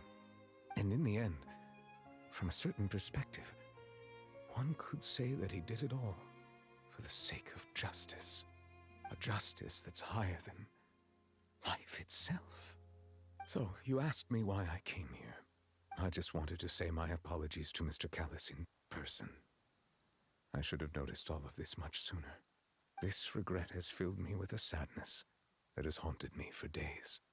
That high and mighty chair in the opera Epiclese indeed insulates one from many important things. Spina di Rosula, thank you so much for your hard work and perseverance. I'm sorry for being mad at you before. So, you're actually one of those types that's cold on the outside, but pretty thoughtful on the inside, huh? That reminds me of Silver, one of my guys. Sorry about that. Self-expression is not one of my strong suits. Didn't I just say you don't need to apologize? So Navia and Neuvillette seem to have made their peace as well. Let's not disturb them for now. We can wait till after they're done.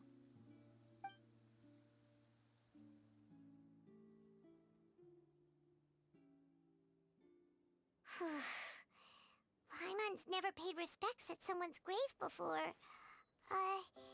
Did Paimon do anything rude there? Huh? Oh, Paimon didn't know that was a thing. But Paimon doesn't know what she would do if she can't fly. Oh no. Paimon hopes Miss Navia won't be too mad. Anyway, Neuvillette is still standing around there. It's not often that we can catch him alone like this, so why don't we go talk to him for a bit? If we can't talk to Lady Farina, we can at least talk to him, right?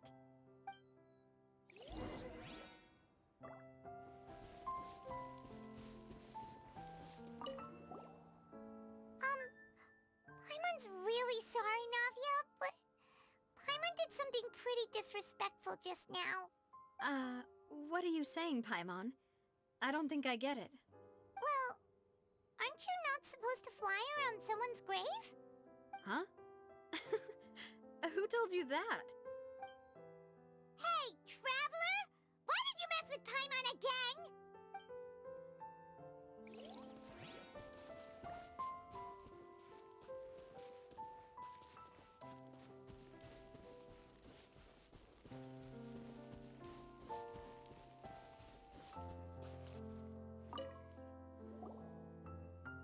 Oh, it's you two. Did Miss Navia invite you to come pay your respects to her father? We ran into Navia on the streets today, so we just followed her here. I see. Then is there something that I can help you with?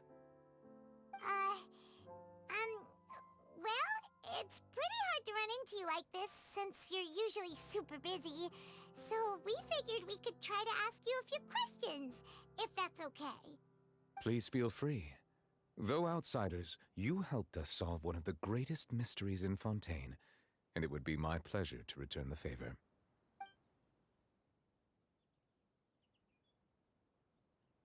So, at court, the bad guys referred to that special water as water from the primordial sea, but what is it really?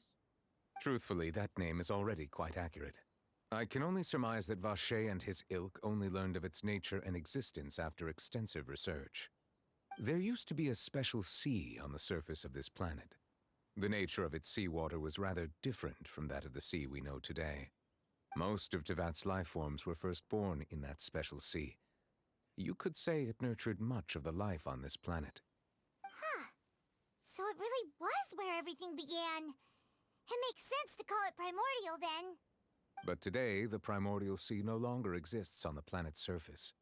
What Vacher discovered must have been some kind of special case, or a remnant from a truly ancient age. Huh. So that's how it is. Oh, you really know everything, Monsieur Neuvillette. But if that's the case, then why would people, at least people from Fontaine, dissolve in that kind of water?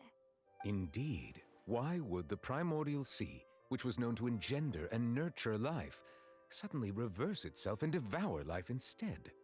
To be frank, that also doesn't match my understanding of this world and its laws. Is there anything else you'd like to ask me about?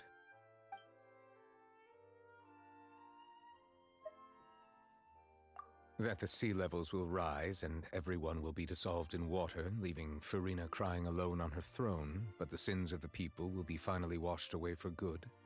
Does that appropriately summarize the version you've heard? That's right! It was Linny that told us back then. And that about covers all the main points. Yes, up to the present, I think we reached a point where we have no choice but to confront this prophecy directly. Rumors have it that this prophecy is rooted in the last words the former Hydro Archon left to the world before she passed away. A prophecy? Of the former Hydro Archon? Wow. This is the first time that we've ever heard of it. Two parts of the prophecy have already proven correct. The rising sea levels and the ability of the people of Fontaine to be dissolved. We should be more vigilant and stay on the watch for further signs. Speaking of the prophecy, Farina has also always taken it quite seriously. Indeed, she has been collecting information and intelligence from across Tevat for this purpose. If the rumors were true, then perhaps this prophecy is the conundrum left to Farina by her predecessor. But with Farina being the way she is, can we really trust her to solve it? Is there anything else you'd like to ask me about? My apologies. My investigation has still not reached its conclusion. However, I still believe the judgment of the Oratrice was not rendered arbitrarily. Huh? But you also said you thought he was innocent. For many years, I have been quite aware that the Oratrice does not simply mechanically repeat the verdict that I give on each case. As a divinely created mechanism, the people's unified faith in the concept of justice is integrated into it. Not only can it produce the incredible power of indemnitium, but it likely also possesses other traits, such as self-awareness. Which is all to say, I have been prepared for a situation like this for a long time. Huh. So when Linny told us that he heard a human voice from the room where the Oratrice's core is stored... I was not aware such a thing had occurred. Perhaps that could serve to prove my conjecture. I will add that to the list of items to investigate. In any case, I am inclined to believe that the Oratrice does have a methodology all its own. We just do not have enough information. Based on Farina's reaction, I doubt even she had any idea what was going on. She managed to bluff her way through it, though, with her time-tested twin tricks of bravado and drama. While we do intend to get to the bottom of this, for now, we regret to say that the Fatui Harbinger will just have to bide his time in the fortress of Meripede. If we did incorrectly convict him of crimes he did not commit, we will most certainly compensate him to the fullest extent allowed by the law. If you ask Paimon, the compensation he'll want is a no-holds-barred fight with you. Is there anything else you'd like to ask me about? Your sibling, another blonde-haired traveler. I'm sorry, but I've never seen anyone who matches that description. If she ever stepped foot in Fontaine, I'm sure she followed our laws to the letter and had no reason to appear on the stage of the opera Epiclese. Is there anything else you'd like to... Very well. It was my honor to provide you with what answers I could. It will soon be time for me to leave this blissful tranquility behind and return to Palais Memoria. You really are super busy, Monsieur Neuvillette. Paimon thought you only came here to pay your respects today because you had the day off. Crime and villainy do not have the day off, and so justice must work around the clock as well. This is merely the nature of a justice's work. All right. You've got a point. Huh? Paimon just noticed that the rain has stopped.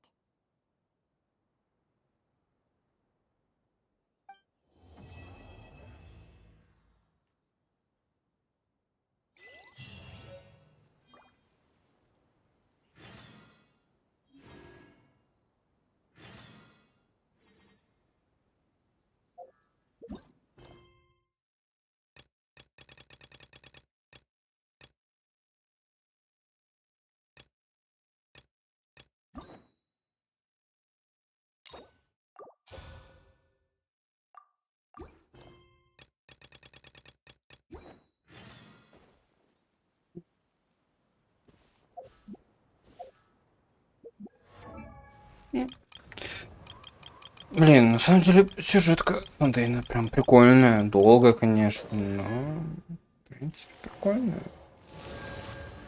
Мне прям понравилось, зашло.